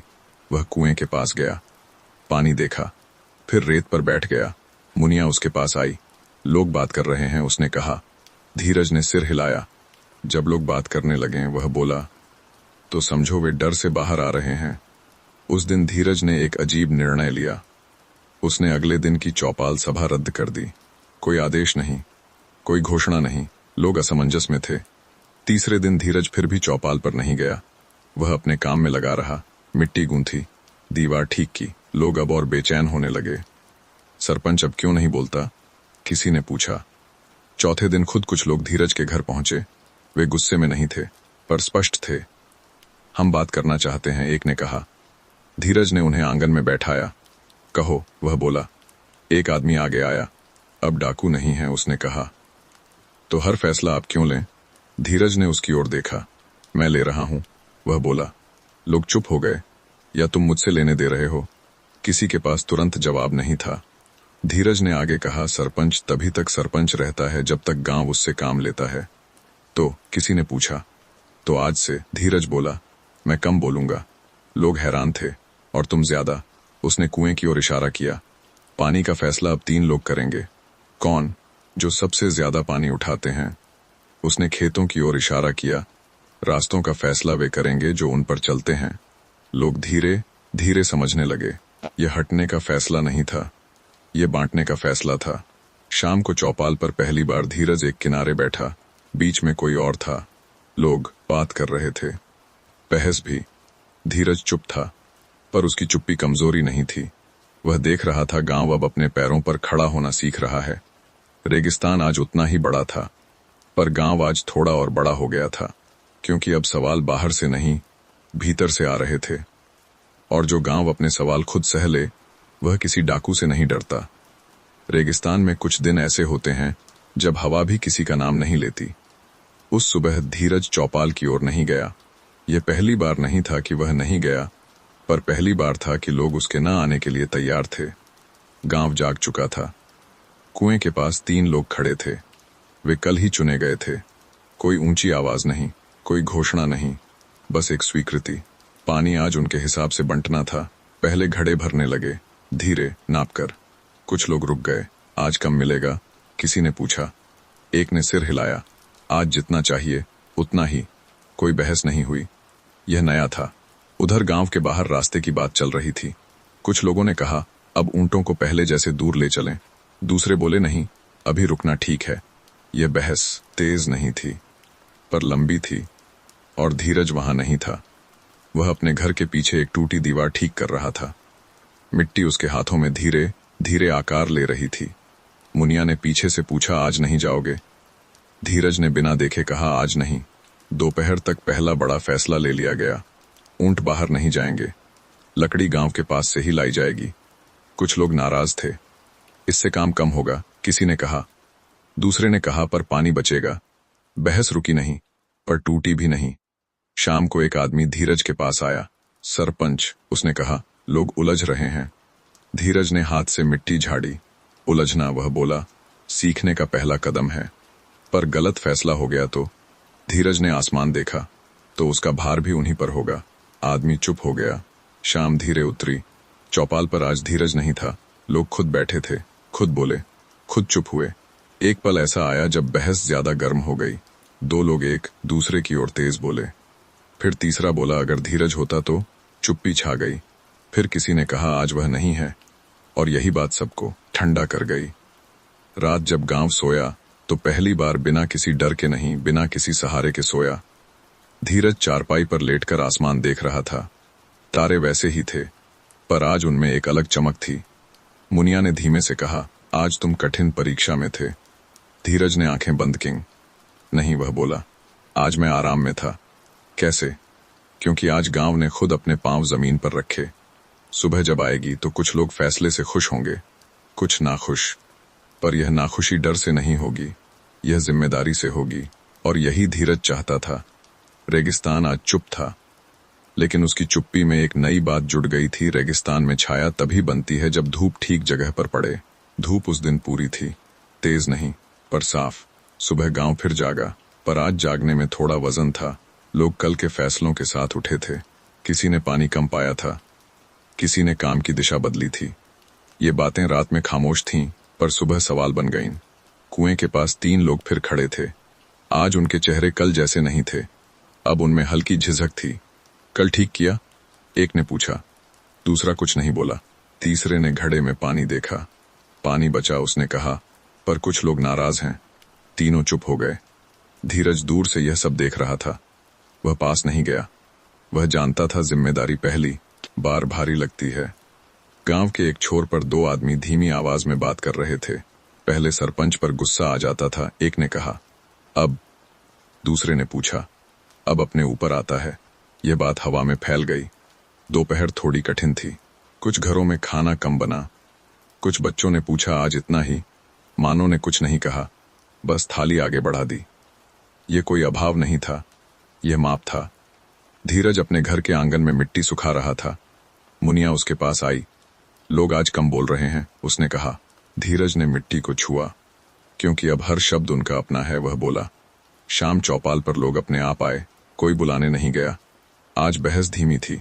एक आदमी उठा, कल हमने ऊंट नहीं भेजे, उसने कहा। आज लकड़ी कम आई। दूसरा बोला, लेकिन पानी ठीक रहा। तीसरे ने कहा, दोनों सच हैं। चौपाल कुछ देर चुप रही। फिर एक बूढ़ा बोला, पहले हम नतीजे सरपंच से मांगते थे, अब हमें आपस में मांगने होंगे। यह बात किसी आदेश जैसी नहीं थी, पर सबने इसे सुना। धीरज अब भी किनारे बैठा था। किसी ने उसकी ओर देखा। वह कुछ नहीं बोला, और यही उसकी सबसे बड़ी मौजूदगी थी। रात धीरे उतरी। आज किसी ने दूर रेत की ओर नहीं देखा। नींद धीरे आई, पर गहरी थी, क्योंकि आज डर नहीं था, सिर्फ जिम्मेदारी थी। सुबह जब नई धूप आएगी तो गलतियां भी आएंगी, शिकायतें भी, पर अब वे किसी एक नाम पर नहीं टिकेंगी। वे पूरे गांव में बंटेंगी। रेगिस्तान आज उतना ही खुला था, पर गांव आज अपने भीतर और गहरा हो गया था। क्योंकि जब जिम्मेदारी छाया बन जाती है तो धूप डराती नहीं, वह रास्ता दिखाती है। रेगिस्तान में गलती कोई आवाज नहीं करती, वह धीरे धीरे परिणाम बनती है। उस दिन सुबह की धूप सामान्य थी, पर हवा में कुछ अलग था। कुएं के पास आज 4 लोग खड़े थे, 3 नहीं। कल जिस आदमी को पानी कम मिला था, वह आज आगे आ गया था। आज मेरे घर में मेहमान हैं, उसने कहा। पानी थोड़ा ज्यादा चाहिए। तीनों जो कल चुने गए थे, एक दूसरे की ओर देखने लगे। एक बार ज्यादा दे दें, एक ने कहा।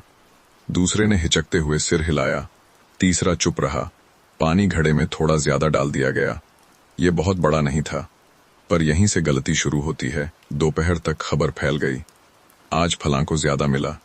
किसी ने कुछ नहीं कहा, पर घड़े ज्यादा ध्यान से देखे जाने लगे। शाम को दूसरा आदमी आया। कल मैंने कम लिया था, उसने कहा। आज मेरा हक बनता है। इस बार तीनों और उलझ गए। दे दें? एक ने पूछा। अगर ना कहा तो? दूसरे ने। तीसरे ने फिर कुछ नहीं कहा। पानी फिर थोड़ा ज्यादा दिया गया। यह अब गलती नहीं थी, यह आदत बनने लगी थी। धीरज सब देख रहा था, पर अब भी कुछ नहीं बोला, क्योंकि गलती अगर खुद न दिखाई जाए तो सीख नहीं बनती। रात को एक और बात हुई। लकड़ी लाने वाले रास्ते पर कुछ लोग चुपचाप ज्यादा लकड़ी ले आए। कल काम नहीं हुआ था, उन्होंने कहा। कोई रोका नहीं। सुबह जब कुएं का पानी जांचा गया तो स्तर थोड़ा नीचे था, बहुत नहीं, पर दिखने लायक। कुएं के पास भीड़ जमा हो गई। ये कैसे हुआ? किसी ने पूछा। 3 लोग नीचे देखने लगे। वही आदमी जिसे कल ज्यादा पानी मिला था अब चुप खड़ा था। धीरज तभी आगे आया। यह पहली बार था जब वह खुद बीच में आया। क्या हुआ? उसने पूछा। किसी ने कुछ नहीं कहा। फिर एक औरत बोली, कल पानी थोड़ा ज्यादा बंटा था। धीरज ने कुएं की दीवार को छुआ। और आज कम है, किसी ने कहा। धीरज ने तीनों की ओर देखा। तुमने क्यों दिया? एक बोला, उन्होंने जरूरत बताई। धीरज ने धीमे से कहा, जरूरत सबकी होती है। उसने आसमान की ओर देखा। गलत फैसले एक बार में बड़ा नुकसान नहीं करते, वह बोला। वे धीरे धीरे भरोसा खाते हैं। चौपाल पर लोग इकट्ठा हुए। आज कोई बहस नहीं थी, बस चुप्पी थी। धीरज ने किसी को डांटा नहीं, कोई सजा नहीं दी। उसने बस इतना कहा, आज से जो पानी ज्यादा लेगा वह कल कम लेगा। लोग समझ गए, यह दंड नहीं था, यह संतुलन था। तीनों जिन्होंने फैसला लिया था उन्होंने खुद कल कम लिया। किसी ने उनसे कुछ नहीं कहा, पर सबने देखा, और यही सबसे बड़ी कीमत थी। रेगिस्तान आज शांत था, पर उसकी शांति में एक सबक जुड़ गया था। गलती अगर खुद चुकाई जाए तो वह समाज को कमजोर नहीं करती, वह उसे साफ करती है। धीरज फिर किनारे बैठ गया, क्योंकि आज गांव खुद अपनी गलती देख चुका था। रेगिस्तान में खबरें हवा की तरह आती हैं, न उन्हें रोका जा सकता है, न पूरी तरह टाला जा सकता है। वे कभी साफ होती हैं, कभी रेत में लिपटी हुई। उस दिन दोपहर के समय एक ऊंट गांव की ओर आया। उस पर एक आदमी बैठा था, कपड़े धूल से भरे, चेहरा थका हुआ। वह गांव के भीतर नहीं आया, सीधे कुएं के पास रुका, पानी पिया, सांस ली। धीरज दूर से उसे देख रहा था। वह आगे बढ़ा। रास्ता लंबा है, धीरज ने कहा। आदमी मुस्कुराया नहीं। हाँ, वह बोला। और खबरें उससे भी लंबी। लोग पास आ गए, कोई शोर नहीं, बस ध्यान। दक्षिण की ओर आदमी बोला, एक और गांव है। लोग चुप हो गए। रेगिस्तान में दूसरे गांव का नाम यूं ही नहीं लिया जाता। वहां डाकू आए थे, वह बोला। कुछ लोगों की पलकें झपक गईं। इस बार बात से नहीं, आदमी ने कहा, सीधे। किसी ने सवाल नहीं किया, पर सभी सुन रहे थे। गांव टिक नहीं पाया, वह बोला। लोग भाग गए। हवा थोड़ी ठंडी हो गई। धीरज ने कुछ पल कुछ नहीं कहा। फिर उसने पूछा, कब? 3 रात पहले, आदमी बोला। 3 रात? गांव ने 3 रात शांति में काटी थीं। धीरज ने सिर हिलाया। तुम रुकोगे? उसने पूछा। नहीं, आदमी बोला। आगे जाना है। धीरज ने पानी और दिया, रोटी भी। आदमी चल पड़ा। उसके जाते ही गांव खामोश हो गया। ये डर की खामोशी नहीं थी, ये तुलना की खामोशी थी। हम बचे कैसे? किसी ने पूछा। धीरज ने धीमे से कहा, क्योंकि हम भागे नहीं। पर वे भी तो भागना चाहते थे, दूसरा बोला। धीरज ने रेत उठाई। भागना तभी होता है जब जमीन अपने नीचे से खिसकने लगे। शाम चौपाल पर लोग अपने आप इकट्ठा हुए। आज बहस नहीं थी, आज यादें थीं। अगर वे इधर आ गए तो? किसी ने पूछा। धीरज ने उसकी ओर देखा। तो हम वही करेंगे जो हमने सीखा है। और अगर वे ज्यादा हों? धीरज ने आसमान की ओर देखा। तो हम और एक दूसरे के करीब होंगे। यह जवाब सीधा नहीं था, पर सच्चा था। रात उतरी। आज दिए कम जले, पर हर घर में। लोग सोए नहीं थे, पर डरे भी नहीं थे। वे सुन रहे थे, हवा को, रेत को। धीरज चारपाई पर लेटकर आसमान देख रहा था। मुनिया ने धीमे से कहा, खबर पुरानी शांति ले गई। धीरज ने आंखें बंद कीं। नहीं, वह बोला। उसने नई समझ दे दी। रेगिस्तान आज और बड़ा लग रहा था, क्योंकि अब खतरा कहानी नहीं था, वह याद बन चुका था। और जो गांव यादों से सीख ले, वह खबरों से टूटता नहीं। रेगिस्तान में दहलीज बहुत पतली होती है। एक कदम और आप भीतर, एक कदम और बाहर। उस सुबह हवा में कुछ थकान थी, जैसे किसी ने बहुत दूर से सांस ली हो। गांव अभी पूरी तरह जागा नहीं था कि सीमा की ओर हलचल दिखी। पहले धुंधली सी, फिर स्पष्ट। कुछ लोग पैदल आ रहे थे, साथ में 2 ऊंट, उन पर थोड़ा सा सामान। चेहरों पर धूप नहीं, डर की रेखाएं थीं। धीरज वहां पहुंचा जब वे रुक चुके थे। कोई सीधे भीतर नहीं आया, सब दहलीज पर खड़े थे। हम दक्षिण वाले गांव से हैं, एक आदमी बोला। आवाज कांप रही थी। लोग पास आ गए, पर कोई आगे नहीं बढ़ा। धीरज ने धीमे से पूछा, कितने दिन? 3 आदमी बोला, 3 रात। 3 रात रेगिस्तान में बहुत लंबी होती हैं। एक औरत अपने बच्चे को सीने से लगाए थी। बच्चा रो नहीं रहा था, बस चुप था। यह चुप्पी सबसे भारी होती है। धीरज ने लोगों की ओर देखा। यह वह पल था जहां कोई नियम काम नहीं आता। यह वह जगह थी जहां गांव खुद से सवाल पूछता है। हम रुक सकते हैं? आदमी ने पूछा। धीरज ने किसी को नहीं देखा। उसने दहलीज की मिट्टी को देखा। रुको, वह बोला। बस इतना, कोई शर्त नहीं, कोई समय नहीं। लोग भीतर आए। गांव 2 हिस्सों में बंट गया। एक हिस्सा जो तुरंत पानी और रोटी ले आया, दूसरा हिस्सा जो चुपचाप देखता रहा।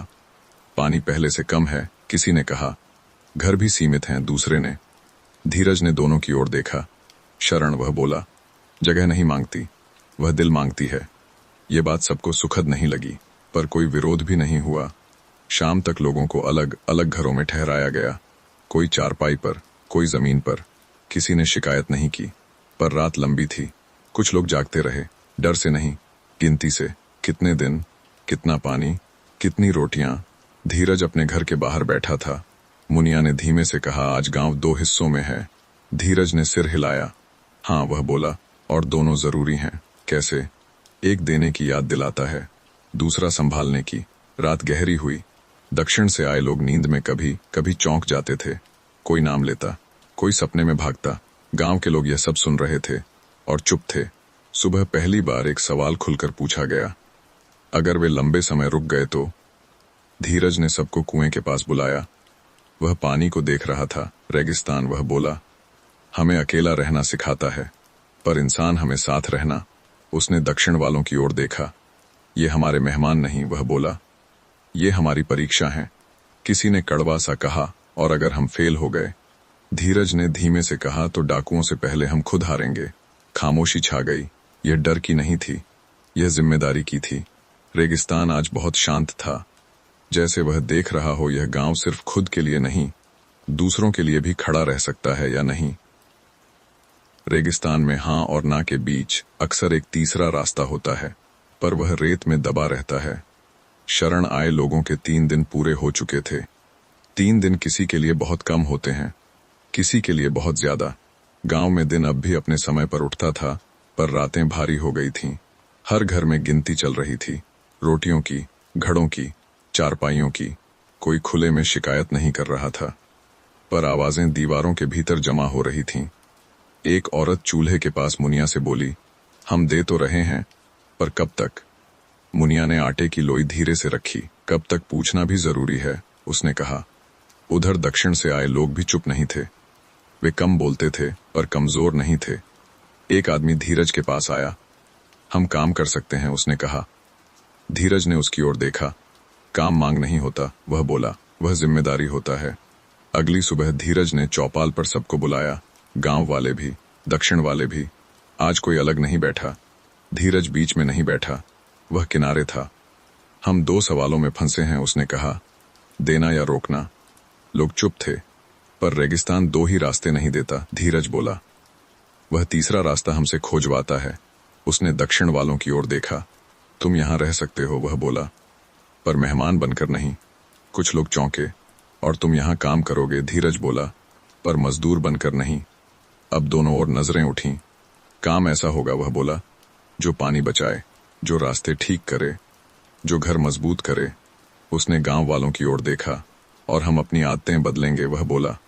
जितना उठाते हैं उतना नहीं बहाएंगे। किसी ने पूछा, और अगर फिर भी कम पड़ा? धीरज ने रेत उठाई। तो हम और करीब आएंगे। यह जवाब सही नहीं लगा, पर ईमानदार था। उस दिन से काम शुरू हुआ। दक्षिण वाले सुबह सुबह कुएं के पास थे, नालियां साफ करते, मिट्टी कसते। गांव के लोग उनके साथ थे। पहली बार वे साथ पसीना बहा रहे थे। रात को थकान सबको एक जैसी लगी, भूख भी। एक बूढ़ा जो पहले सबसे ज्यादा संदेह में था, आज बोला, काम अगर साथ हो तो रोटी कम नहीं लगती। रेगिस्तान आज थोड़ा अलग था। हवा अब भी सूखी थी, पर उसमें कुछ हलचल थी, जैसे रेत के नीचे कुछ जाग रहा हो। धीरज दूर खड़ा यह सब देख रहा था। मुनिया ने पूछा, यह कब तक चलेगा? धीरज ने धीमे से कहा, जब तक तीसरा रास्ता रास्ता न बन जाए, क्योंकि तीसरा रास्ता कभी एक दिन में नहीं बनता। वह लोगों के बीच धीरे धीरे उभरता है, और जब उभरता है तो रेगिस्तान भी उसे मिटा नहीं पाता। रेगिस्तान में सीमाएं नक्शे पर नहीं होती, वे दिल में खींचती हैं। तीसरा रास्ता चल पड़ा था, धीरे पर साफ कदमों के साथ। दक्षिण से आए लोग अब अजनबी नहीं रहे थे। वे सुबह की धूप में काम करते दिखते थे, शाम को थकान के साथ हंसते भी थे। गांव के लोग अब उन्हें नाम से बुलाने लगे थे, लेकिन हर संतुलन एक ही बात पर टिका रहता है, भरोसा। और भरोसा कभी कभी बहुत छोटी बात से डगमगा जाता है। उस दिन दोपहर कुछ ज्यादा गर्म थी। कुएं के पास भीड़ थी। काम के कारण पानी ज्यादा निकाला जा रहा था। सब नाप में था, पर हड़बड़ी में, उसी हड़बड़ी में एक बाल्टी कुएं की मुंडेर से टकरा गई। पत्थर थोड़ा सा हिला। आवाज तेज नहीं थी, पर चुभने वाली थी। कुछ लोग रुक गए। एक आदमी जो गांव का पुराना था बोला ध्यान से, यह हमारा कुआं है। दक्षिण से आए एक नौजवान ने बिना सोचे जवाब दे दिया, अब हम भी यहीं हैं। बस यहीं से रेखा खींच गई। वाक्य छोटा था, पर उसमें बहुत कुछ था। कुछ लोगों के चेहरे सख्त हो गए। यहीं हो, किसी ने कहा, पर सब कुछ तुम्हारा नहीं। नौजवान चुप हो गया, पर उसकी आंखों में चुभन रह गई। काम फिर शुरू हुआ, पर हवा बदल चुकी थी। शाम को चौपाल पर फिर लोग अपने आप आए। आज दक्षिण वाले भी थे। एक बुजुर्ग जो गांव का था उठा। आज एक बात हुई, उसने कहा, जो छोटी थी पर भारी है। दक्षिण से आए आदमी ने सिर झुका लिया। हम किसी का हक नहीं चाहते, वह बोला, बस जगह चाहते हैं। जगह। दूसरे ने कहा, सीखने से मिलती है, कहने से नहीं। धीरज अब तक चुप था। वह उठा, कुएं की ओर गया, हाथ रखा। यह सिर्फ कुआं नहीं, वह बोला, यह हमारी सीमा है। लोग ध्यान से देख रहे थे। जो यहां काम करता है, धीरज बोला, वह इसकी रक्षा भी करेगा। उसने नौजवान की ओर देखा। और जो यहां रहता है, वह बोला, वह अपने शब्दों को मापेगा। नौजवान ने धीरे से सिर हिलाया। धीरज ने गांव वालों की ओर देखा। और जो घर का है, वह बोला, वह घर को खुला भी रखेगा।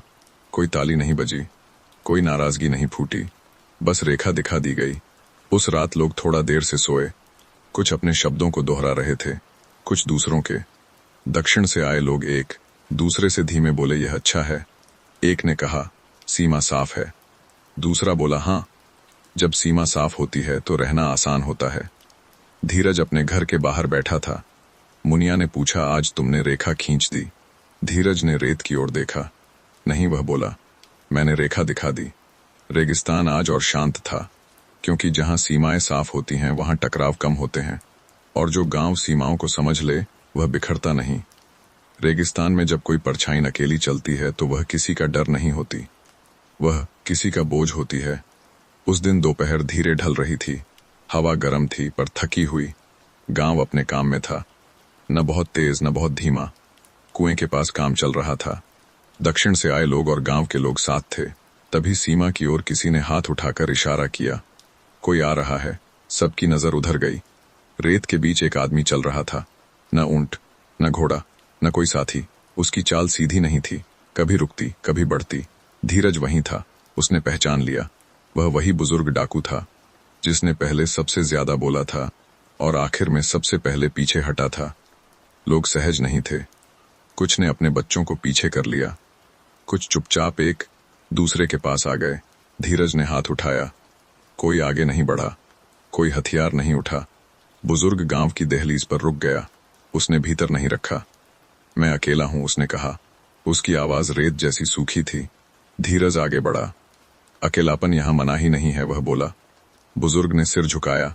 मैं माफी मांगने नहीं आया, उसने कहा। कुछ लोग चौंके। मैं कुछ छोड़ने आया हूं। उसने अपनी पोटली नीचे रखी। धीरज ने नजर डाली। पोटली खुली नहीं। ये क्या है? धीरज ने पूछा। मेरे जैसे लोगों की आदत, बुजुर्ग बोला। लौट आना। धीरज कुछ पल चुप रहा। क्यों? उसने पूछा। बुजुर्ग ने रेत को देखा। क्योंकि मैं अब चल नहीं पाता, वह बोला। और डाकू ठहर नहीं पाते। गांव में खामोशी और गहरी हो गई। मैं यहां रहना नहीं चाहता, बुजुर्ग बोला। बस इसे यहां छोड़ देना चाहता हूं।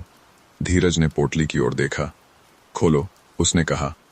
बुजुर्ग ने कांपते हाथों से पोटली खोली। अंदर कुछ सिक्के थे, कुछ पुराने हथियार और एक कपड़ा। यह हमारी कमाई थी, बुजुर्ग बोला, और यह हमारी गलती। धीरज ने हथियार उठाया, उसे रेत पर रखा। ये यहाँ नहीं रहेगा, वह बोला। उसने सिक्कों की ओर देखा। यह कुएं के पास काम में आएगा। बुजुर्ग ने सिर हिलाया। और मैं? उसने पूछा। धीरज ने उसकी आंखों में देखा। तुम आज यहाँ मेहमान हो, वह बोला। कल रास्ता देखना। बुजुर्ग ने सांस ली, शायद पहली बार हल्की। उसे एक छांव में बैठाया गया, पानी दिया गया।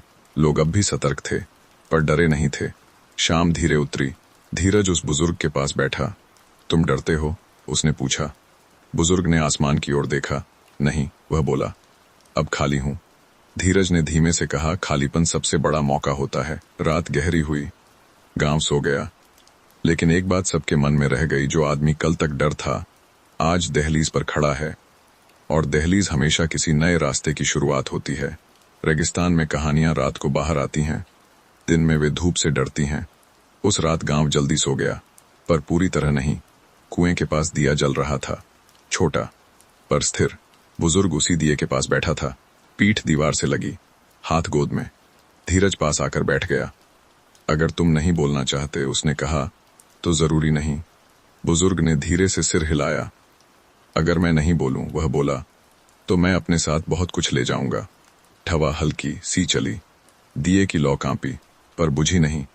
हम डाकू ऐसे नहीं बनते, बुजुर्ग बोला। हम रेगिस्तान में धीरे धीरे खो जाते हैं। धीरज कुछ नहीं बोला।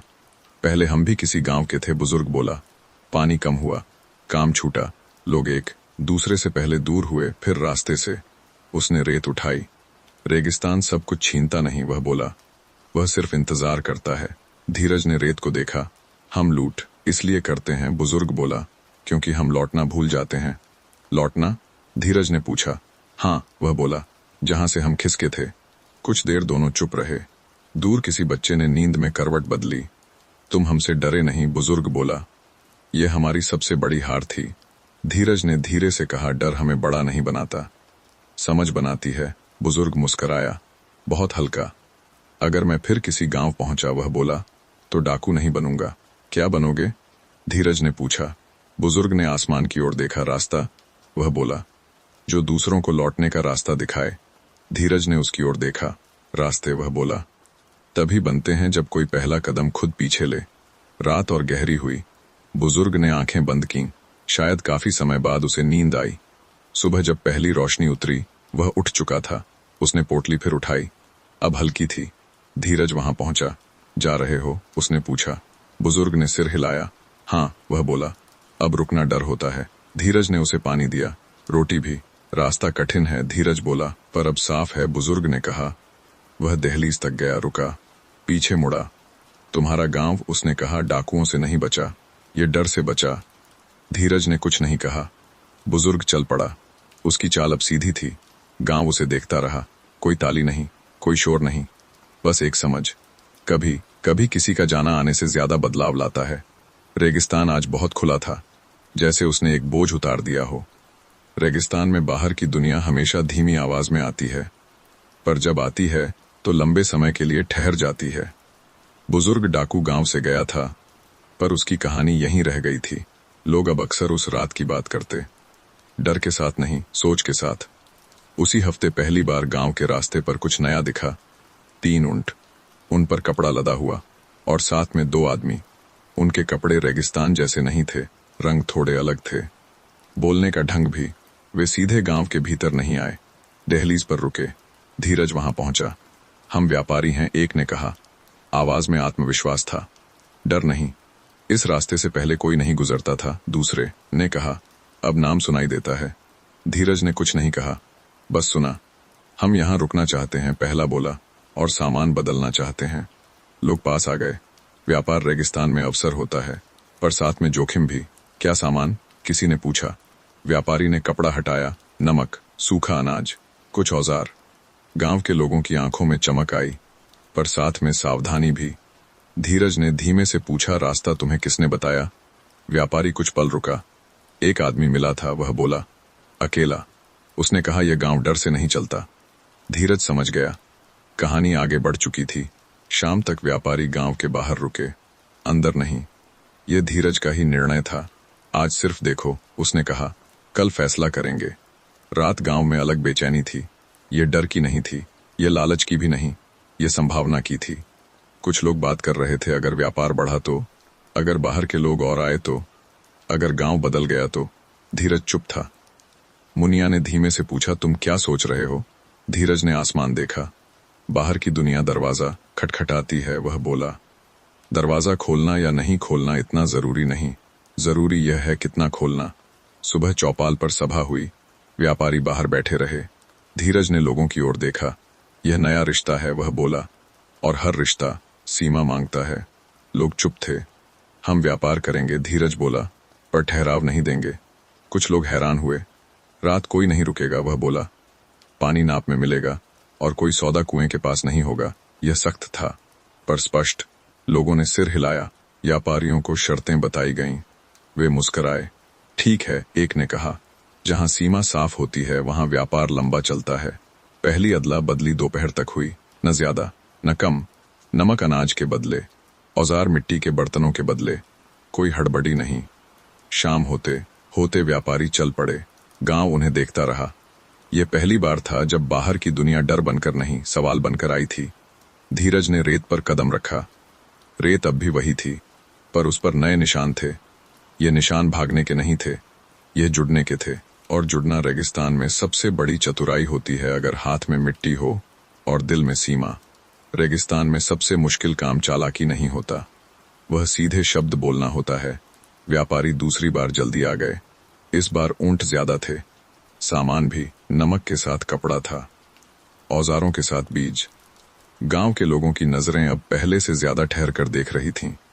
पहली बार कुछ लोगों ने अपने काम रोक दिए। आज अच्छा सौदा होगा, किसी ने कहा। आज जरूरत ज्यादा है, दूसरे ने। धीरज यह सब देख रहा था। उसने किसी को टोका नहीं। व्यापारी दहलीज पर रुके। आज हम थोड़ा और अंदर आ सकते हैं? एक ने पूछा। धूप तेज है, दूसरे ने कहा। यह पहली फिसलन थी। धीरज ने धीरे से सिर हिलाया। वह बोला। आवाज नीची थी पर शब्द साफ। व्यापारी हैरान हुए। हम कोई नुकसान नहीं करेंगे, एक बोला। नुकसान, धीरज ने कहा, तभी होता है जब सीमा धुंधली हो जाए। व्यापारी कुछ पल चुप रहे, फिर मुस्कुराए। ठीक है, उन्होंने कहा, सौदा बाहर ही हुआ, लेकिन आज एक नई बात सामने आई। एक व्यापारी चुपचाप एक घर की ओर मुड़ गया, शायद सिर्फ देखने, शायद सिर्फ पूछने। एक बच्चा उसे देख रहा था। बच्चे ने भागकर अपनी मां को बताया। मां सीधे धीरज के पास आई। धीरज ने कुछ नहीं पूछा। वह खुद उस व्यापारी के पास गया। यहां क्यों? उसने पूछा। व्यापारी झेंपा। बस छाया देखने, उसने कहा। धीरज ने उसकी आंखों में देखा। छाया, वह बोला। यहां घर के साथ आती है, और घर सिर्फ अपने लिए होता है। व्यापारी ने पीछे कदम लिया। कोई झगड़ा नहीं हुआ, कोई आवाज ऊंची नहीं हुई। पर एक बात सबने देख ली, यह गांव सौदा तो करेगा, पर अपने भीतर किसी को बिना पूछे नहीं आने देगा। शाम को चौपाल पर बात हुई। अगर व्यापार बढ़ा, एक ने कहा, तो लोग और आएंगे। धीरज ने सिर हिलाया। आए, वह बोला, पर हम अपने शब्द न बदलें। और अगर वे न माने, धीरज ने धीरे से कहा, तो हम सौदा नहीं करेंगे। यह सबसे कठिन बात थी। कुछ लोग चुप हो गए। भूख, धीरज बोला, हमसे झुकाव मांगती है, पर झुकना हमारे हाथ में है। रात उतरी। आज गांव थोड़ा थका हुआ था, न डर से, न काम से, निर्णय से। मुनिया ने धीमे से कहा, आज तुम कठोर थे। धीरज ने मिट्टी को छुआ। कठोरता, वह बोला, कभी कभी साफ शब्दों में छुपी होती है। रेगिस्तान आज बिल्कुल चुप था, पर उसकी चुप्पी में एक बात साफ थी, जो गांव बाहर की दुनिया से सीधे शब्दों में बात करना सीख ले, उसे चालाकी की जरूरत नहीं पड़ती। और यही धीरज की सबसे बड़ी चतुराई थी। रेगिस्तान में नुकसान अक्सर धीरे धीरे हिसाब मांगता है, और सिद्धांत एक ही बार में। व्यापारी तीसरी बार आए। इस बार चेहरों पर पहचान थी, हाथों में रूटीन, नमक, कपड़ा, बीज। गांव अब इस दृश्य का आदी हो चुका था, पर धीरज नहीं। वह दहलीज के पास खड़ा था, वहीं जहां सीमा दिखाई देती है। व्यापार शुरू हुआ, नाप में, शब्दों में। तभी एक छोटी सी बात हुई। किसी ने देखा, एक व्यापारी घड़े के पास कुछ देर रुक गया है। वह पानी नहीं पी रहा था, बस देख रहा था। फिर उसने घड़े को थोड़ा सा अपनी ओर खींच लिया, बहुत थोड़ा, इतना कि कोई चिल्लाए नहीं, इतना कि कोई नजरअंदाज कर दे। लेकिन एक बूढ़ी आंख देख चुकी थी। वह धीरे धीरे धीरज के पास आई। सरपंच, उसने कहा, वह नाप से हट रहा है। धीरज ने उधर देखा। व्यापारी अब पीछे हट चुका था, चेहरे पर मुस्कान, जैसे कुछ हुआ ही न हो। धीरज आगे बढ़ा। पानी, उसने कहा, नाप में था। व्यापारी ने कंधे उचका दिए। बस प्यास थी, वह बोला। धीरज ने घड़े की ओर देखा, फिर उस आदमी की ओर। प्यास, वह बोला, नाप नहीं बदलती। भीड़ धीरे धीरे जुटने लगी, कोई शोर नहीं, बस नजरें। व्यापारी ने हंसने की कोशिश की। इतनी सी बात, वह बोला, हम इतना सौदा कर रहे हैं। धीरज ने धीरे से कहा, इतनी सी बात ही सबसे बड़ी होती है। अब वह पल था जहां दो रास्ते थे, एक नजरअंदाज कर देना, दूसरा रोक देना। पहला रास्ता नुकसान बचाता, दूसरा सिद्धांत। धीरज ने पीछे मुड़कर लोगों की ओर देखा। कुछ की आंखों में डर था, अगर व्यापार बंद हो गया तो। कुछ की आंखों में साफी थी, अगर आज छोड़ दिया तो। धीरज ने फैसला जोर से नहीं कहा, उसने सिर्फ एक कदम पीछे लिया। आज कोई सौदा नहीं, वह बोला। एक पल हवा भी रुक गई। व्यापारी चौंके। क्या? एक बोला। एक छोटी सी गलती पर। धीरज ने शांत स्वर में कहा, गलती जब छोटी होती है तभी ठीक की जाती है। और हमारा नुकसान? व्यापारी बोला। धीरज ने उसकी आंखों में देखा। नुकसान, वह बोला, आज तुम्हारा है, कल हमारा नहीं होगा। व्यापारी आपस में फुसफुसाए, फिर सामान समेटने लगे। कुछ गांव वालों के चेहरे उतर गए। आज नमक नहीं मिलेगा, किसी ने कहा। धीरज ने उसकी ओर देखा। आज नमक नहीं, वह बोला, पर आज जमीन बची है। व्यापारी चल पड़े। रेत पर उनके निशान धीरे धीरे लंबे होते गए। शाम गांव में अजीब थी। किसी ने धीरज को टोका नहीं, पर कुछ ने उससे नजर भी नहीं मिलाई। मुनिया ने रोटी रखते हुए कहा, आज भूख थोड़ी ज्यादा है। धीरज ने मुस्कुराने की कोशिश नहीं की। भूख, वह बोला, आज शरीर की है, कल अगर नजर झुक जाती तो आत्मा की होती। रात उतरी।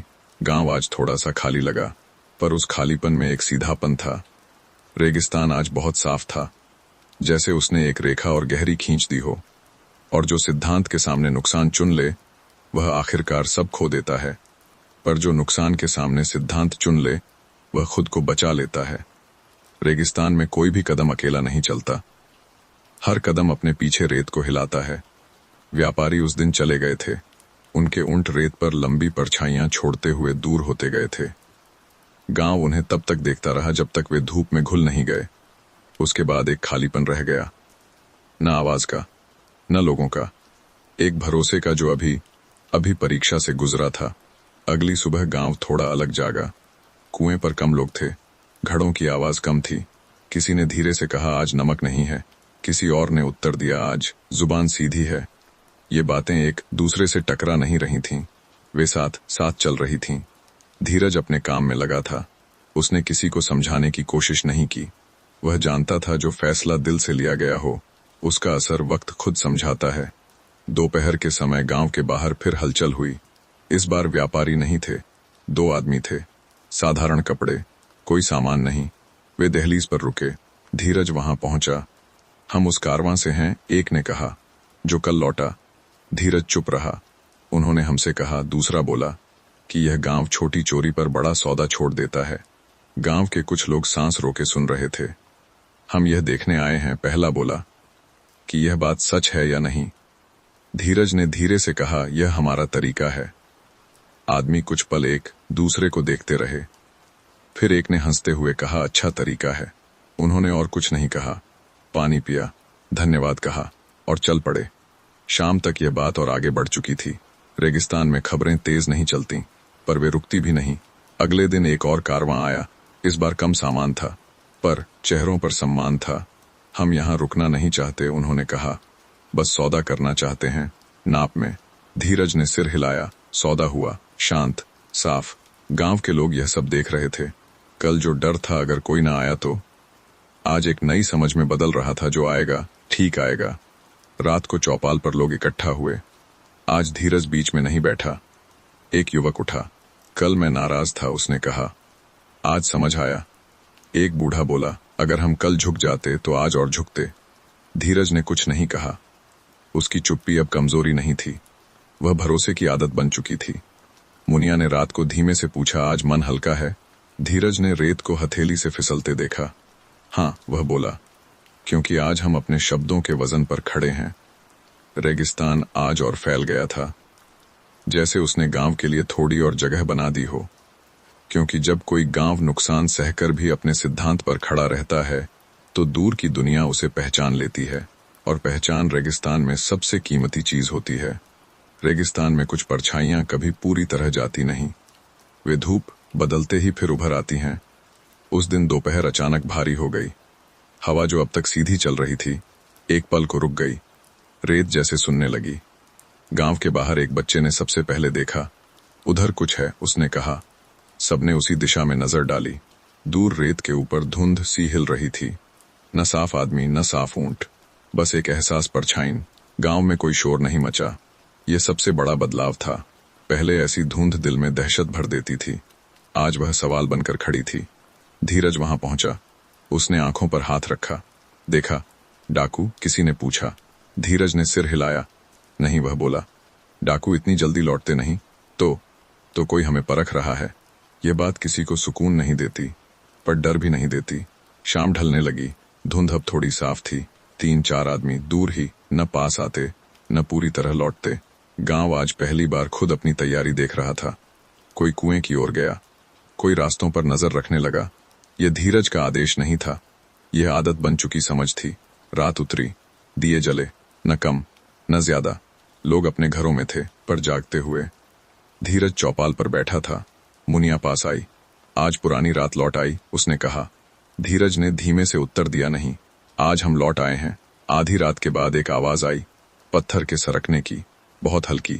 पहले ऐसी आवाज सांस रोक देती थी, आज लोग बस और ध्यान से सुनने लगे। धीरज उठा। अकेला नहीं, 2 और आदमी उसके साथ खड़े हो गए। किसी ने लाठी नहीं उठाई, किसी ने चीख नहीं लगाई। वे बस गांव की सीमा तक गए। वहां एक आदमी खड़ा था, अकेला। उसकी पीठ थोड़ी झुकी हुई, आंखें इधर उधर। रुको, धीरज ने कहा। आदमी रुक गया। कौन हो? आदमी ने कुछ पल सोचा। मैं खबर लाया हूं, वह बोला। इसके लिए? तुम्हारे लिए। धीरज ने इशारा किया। कहो। दूर पश्चिम में कुछ लोग फिर से जुट रहे हैं, आदमी बोला। वे तुम्हारे गांव का नाम ले रहे हैं। किसी ने पीछे से धीमे से पूछा, कितने? पता नहीं, आदमी बोला, पर नाम भारी है। धीरज ने सिर झुकाया। नाम हमने कमाया है, वह बोला। अब वह हमारी जिम्मेदारी है। मैं यही बताने आया था, आदमी बोला। धीरज ने उसे पानी दिया। और अब? आदमी ने पूछा। अब तुम आराम करो, धीरज बोला। खबर पहुंच गई। आदमी चला गया। रात फिर शांत हो गई, लेकिन यह शांति अंधी नहीं थी, यह जागी हुई शांति थी। सुबह गांव सामान्य नहीं जागा, पर घबराया भी नहीं। लोग चौपाल पर अपने आप इकट्ठा हुए। धीरज बीच में नहीं बैठा। एक युवक बोला, अगर वे सच में आए।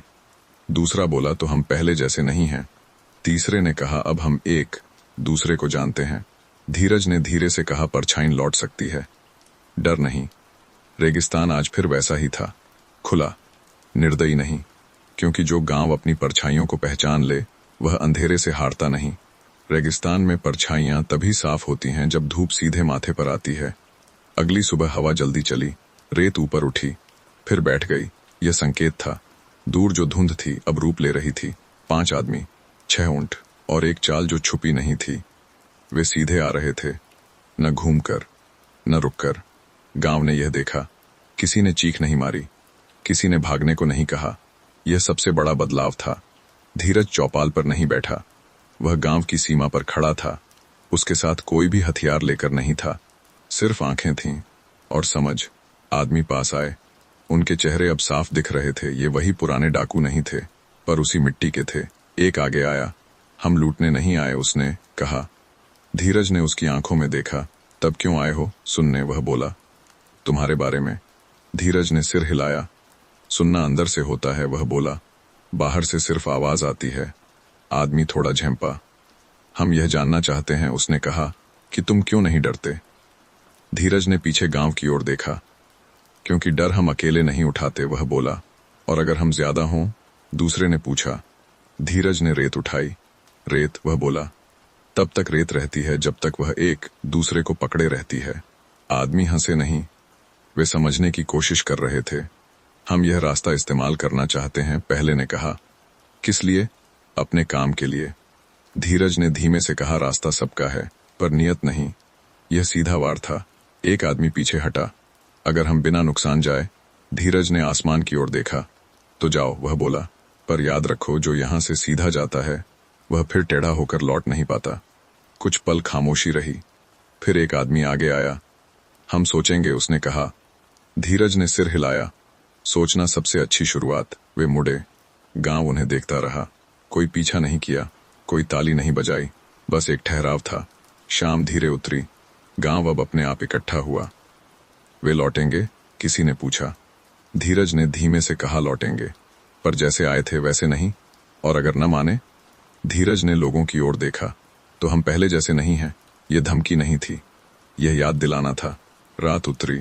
आज नींद धीरे आई, पर गहरी थी, क्योंकि डर अब अनजान नहीं था, वह पहचाना हुआ था। रेगिस्तान आज और शांत था, जैसे उसने आखिरी परीक्षा की तैयारी देख ली हो। रेगिस्तान में कुछ नियम लिखे नहीं जाते, वे जिए जाते हैं।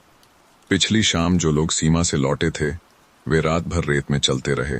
उनके ऊंट धीमे थे, पर कदम हल्के नहीं थे। वे सोच रहे थे। गांव यह जानता था। सुबह जब धूप धीरे धीरे मिट्टी की दीवारों पर उतरी तो गांव जाग चुका था। कोई हड़बड़ी नहीं थी, कोई डर नहीं था। लोग अपने काम में लगे थे, पर सबकी नजर रेत के उस पार थी। दोपहर से पहले वे फिर दिखे। इस बार ऊंट कम थे, लोग भी 4 आदमी।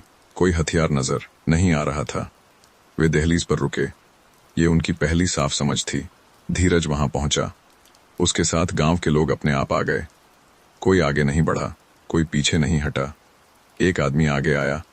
हम रास्ता चाहते हैं, उसने कहा। और पानी? धीरज ने धीरे से पूछा, किस कीमत पर? आदमी कुछ पल चुप रहा। कोई नुकसान नहीं, वह बोला। कोई डर नहीं। धीरज ने लोगों की ओर देखा। आज उसने किसी से कुछ नहीं पूछा, क्योंकि सवाल अब सबके भीतर तैयार थे। धीरज ने रेत उठाई। हथेली में रेगिस्तान, वह बोला। किसी को रोकता नहीं, पर वह सब याद रखता है। उसने रेत को जमीन पर छोड़ दिया। रास्ता मिलेगा, वह बोला। पानी नाप में मिलेगा।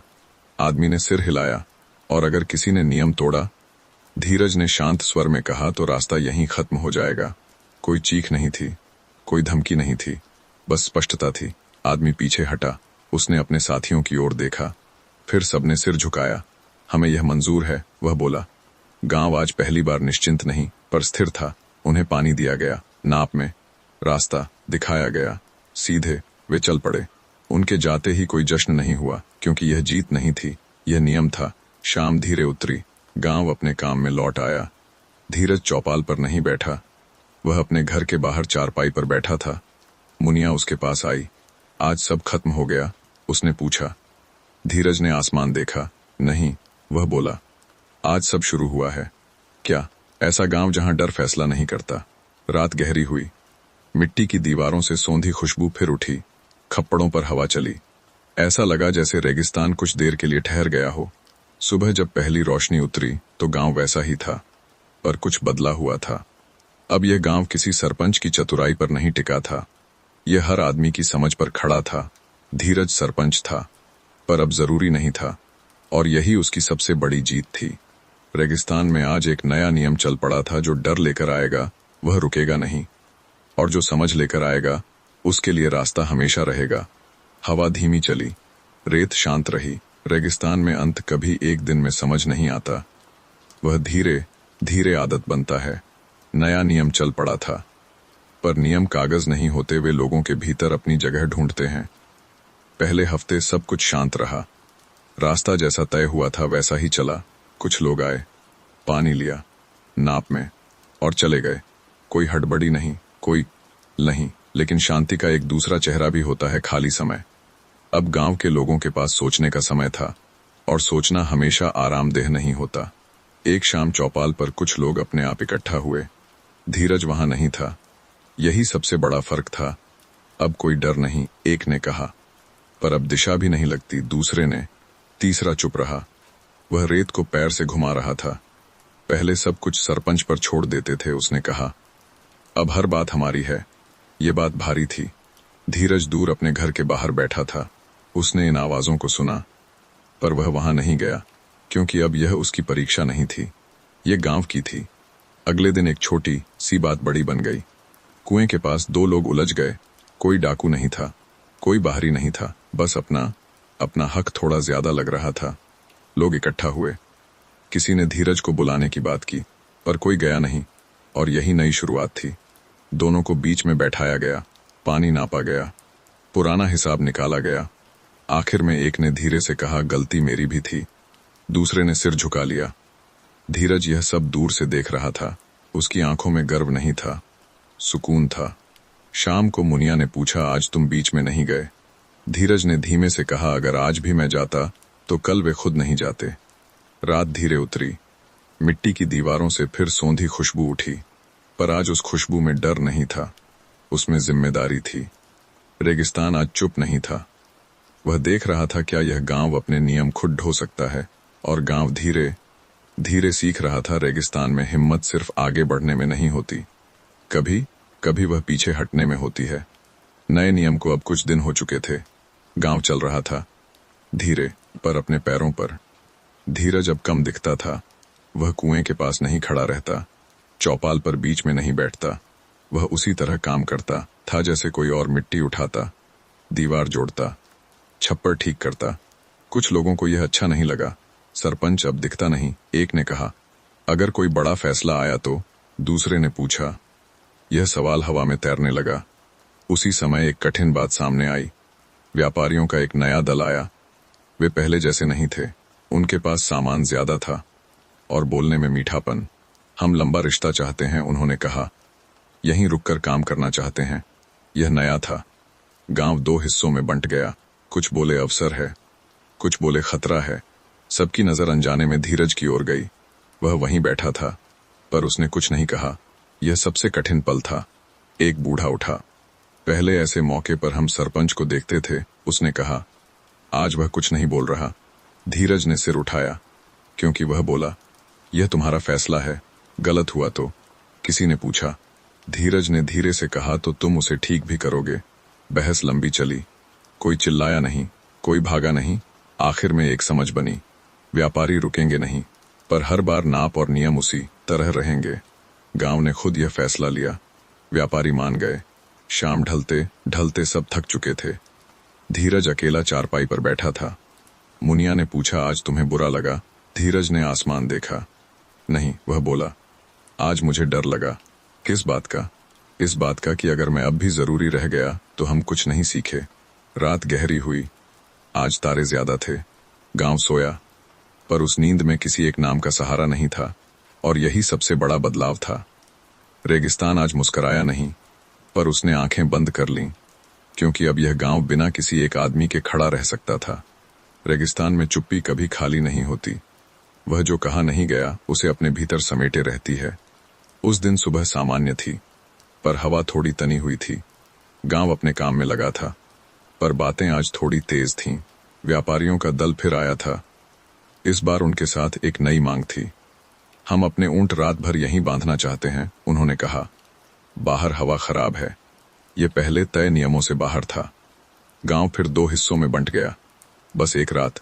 कुछ बोले, यहीं से शुरुआत होती है, दूसरे बोले। सबकी नजर फिर धीरज पर गई। वह वहीं खड़ा था, पास ही, पर उसकी आंखें जमीन पर थीं। कोई उसका नाम लेना चाहता था, पर किसी ने लिया नहीं। यह नई आदत थी। बहस बढ़ी। एक युवक तेज बोला, अगर सरपंच होता तो यह साफ कर देता। यह वाक्य हवा में टकरा गया। सब चुप हो गए। धीरज ने सिर उठाया। सबको लगा अब वह बोलेगा, पर वह नहीं बोला। वह बस एक कदम पीछे हट गया। यह चुप्पी कठिन थी, किसी के लिए गुस्से वाली, किसी के लिए डरावनी, पर यही उसकी कीमत थी। एक बूढ़ी औरत उठी। हम यहाँ डर से नहीं रहते, उसने कहा, और हम नियम भी डर से नहीं तोड़ते। एक और आदमी बोला, अगर आज रात दी तो कल दिन मांगेंगे। धीरे धीरे बहस अपने आप साफ होने लगी। व्यापारी देख रहे थे, वे कुछ नहीं बोल रहे थे। अंत में एक युवक आगे आया। नहीं, उसने कहा। रात नहीं। आवाज कांपी, पर शब्द सीधे थे। व्यापारी कुछ पल चुप रहे, फिर सिर हिलाया। ठीक है, उन्होंने कहा, हम बाहर ही रुकेंगे। वे चल पड़े। गांव उन्हें देखता रहा। कोई जश्न नहीं, कोई तालियां नहीं, बस एक भारी सुकून। धीरज अब भी चुप था। शाम को मुनिया उसके पास आई। आज तुम कुछ नहीं बोले, उसने कहा। धीरज ने धीमे से उत्तर दिया, आज अगर मैं बोल देता तो उनकी आवाज कभी खुद की न बनती। रात धीरे उतरी। मिट्टी की दीवारें ठंडी थीं, खप्पर हवा में सरसराए। गांव आज एक पल के लिए रुक गया था, और उसी रुकने में उसने सीख लिया, हर समस्या आवाज नहीं मांगती, कुछ सिर्फ जगह मांगती हैं। रेगिस्तान आज बहुत शांत था, जैसे वह इस चुप्पी को याद रखेगा, क्योंकि जिस गांव की चुप्पी फैसला कर ले उसे कोई आवाज हिला नहीं पाती। रेगिस्तान में कुछ कहानियां खत्म नहीं होती, वे चलना छोड़ देती हैं। उस सुबह गांव बहुत साधारण जागा, न कोई खबर, न कोई परछाई, न कोई मांग। सूरज मिट्टी की दीवारों पर वैसे ही चढ़ा जैसे सालों से चढ़ता आया था। खप्परों से सोंधी खुशबू उठी, ऐसी खुशबू जो किसी जीत की नहीं, किसी डर के जाने की नहीं, बस जीवन के चलते रहने की होती है। धीरज उस दिन सबसे पहले कुएं के पास नहीं गया।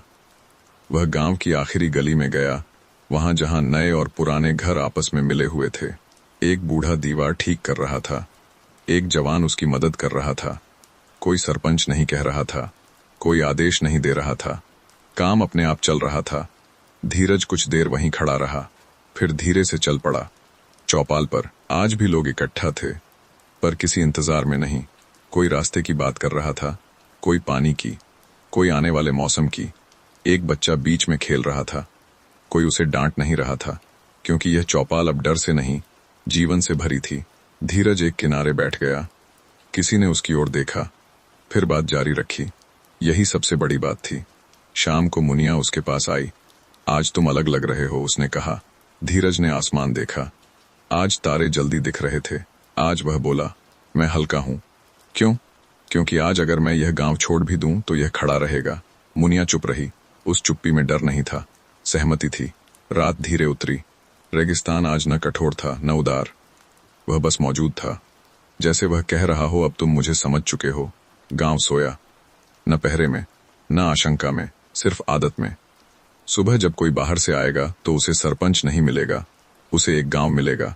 ऐसा गांव जहां नियम किसी डर से नहीं, समझ से चलते हैं, जहां डाकुओं का आतंक कहानियों में रह गया है और सरपंच की चतुराई लोगों की आदत बन गई। रेत अब भी उड़ती है, हवा अब भी कठोर है, पर उसके बीच एक गांव अपनी ही लय में जी रहा है। और यही इस कहानी का अंत नहीं, ठहराव है। क्योंकि जहां समझ जीवन बन जाए, वहां कहानियां खत्म नहीं होती, वे चुपचाप चलती रहती हैं।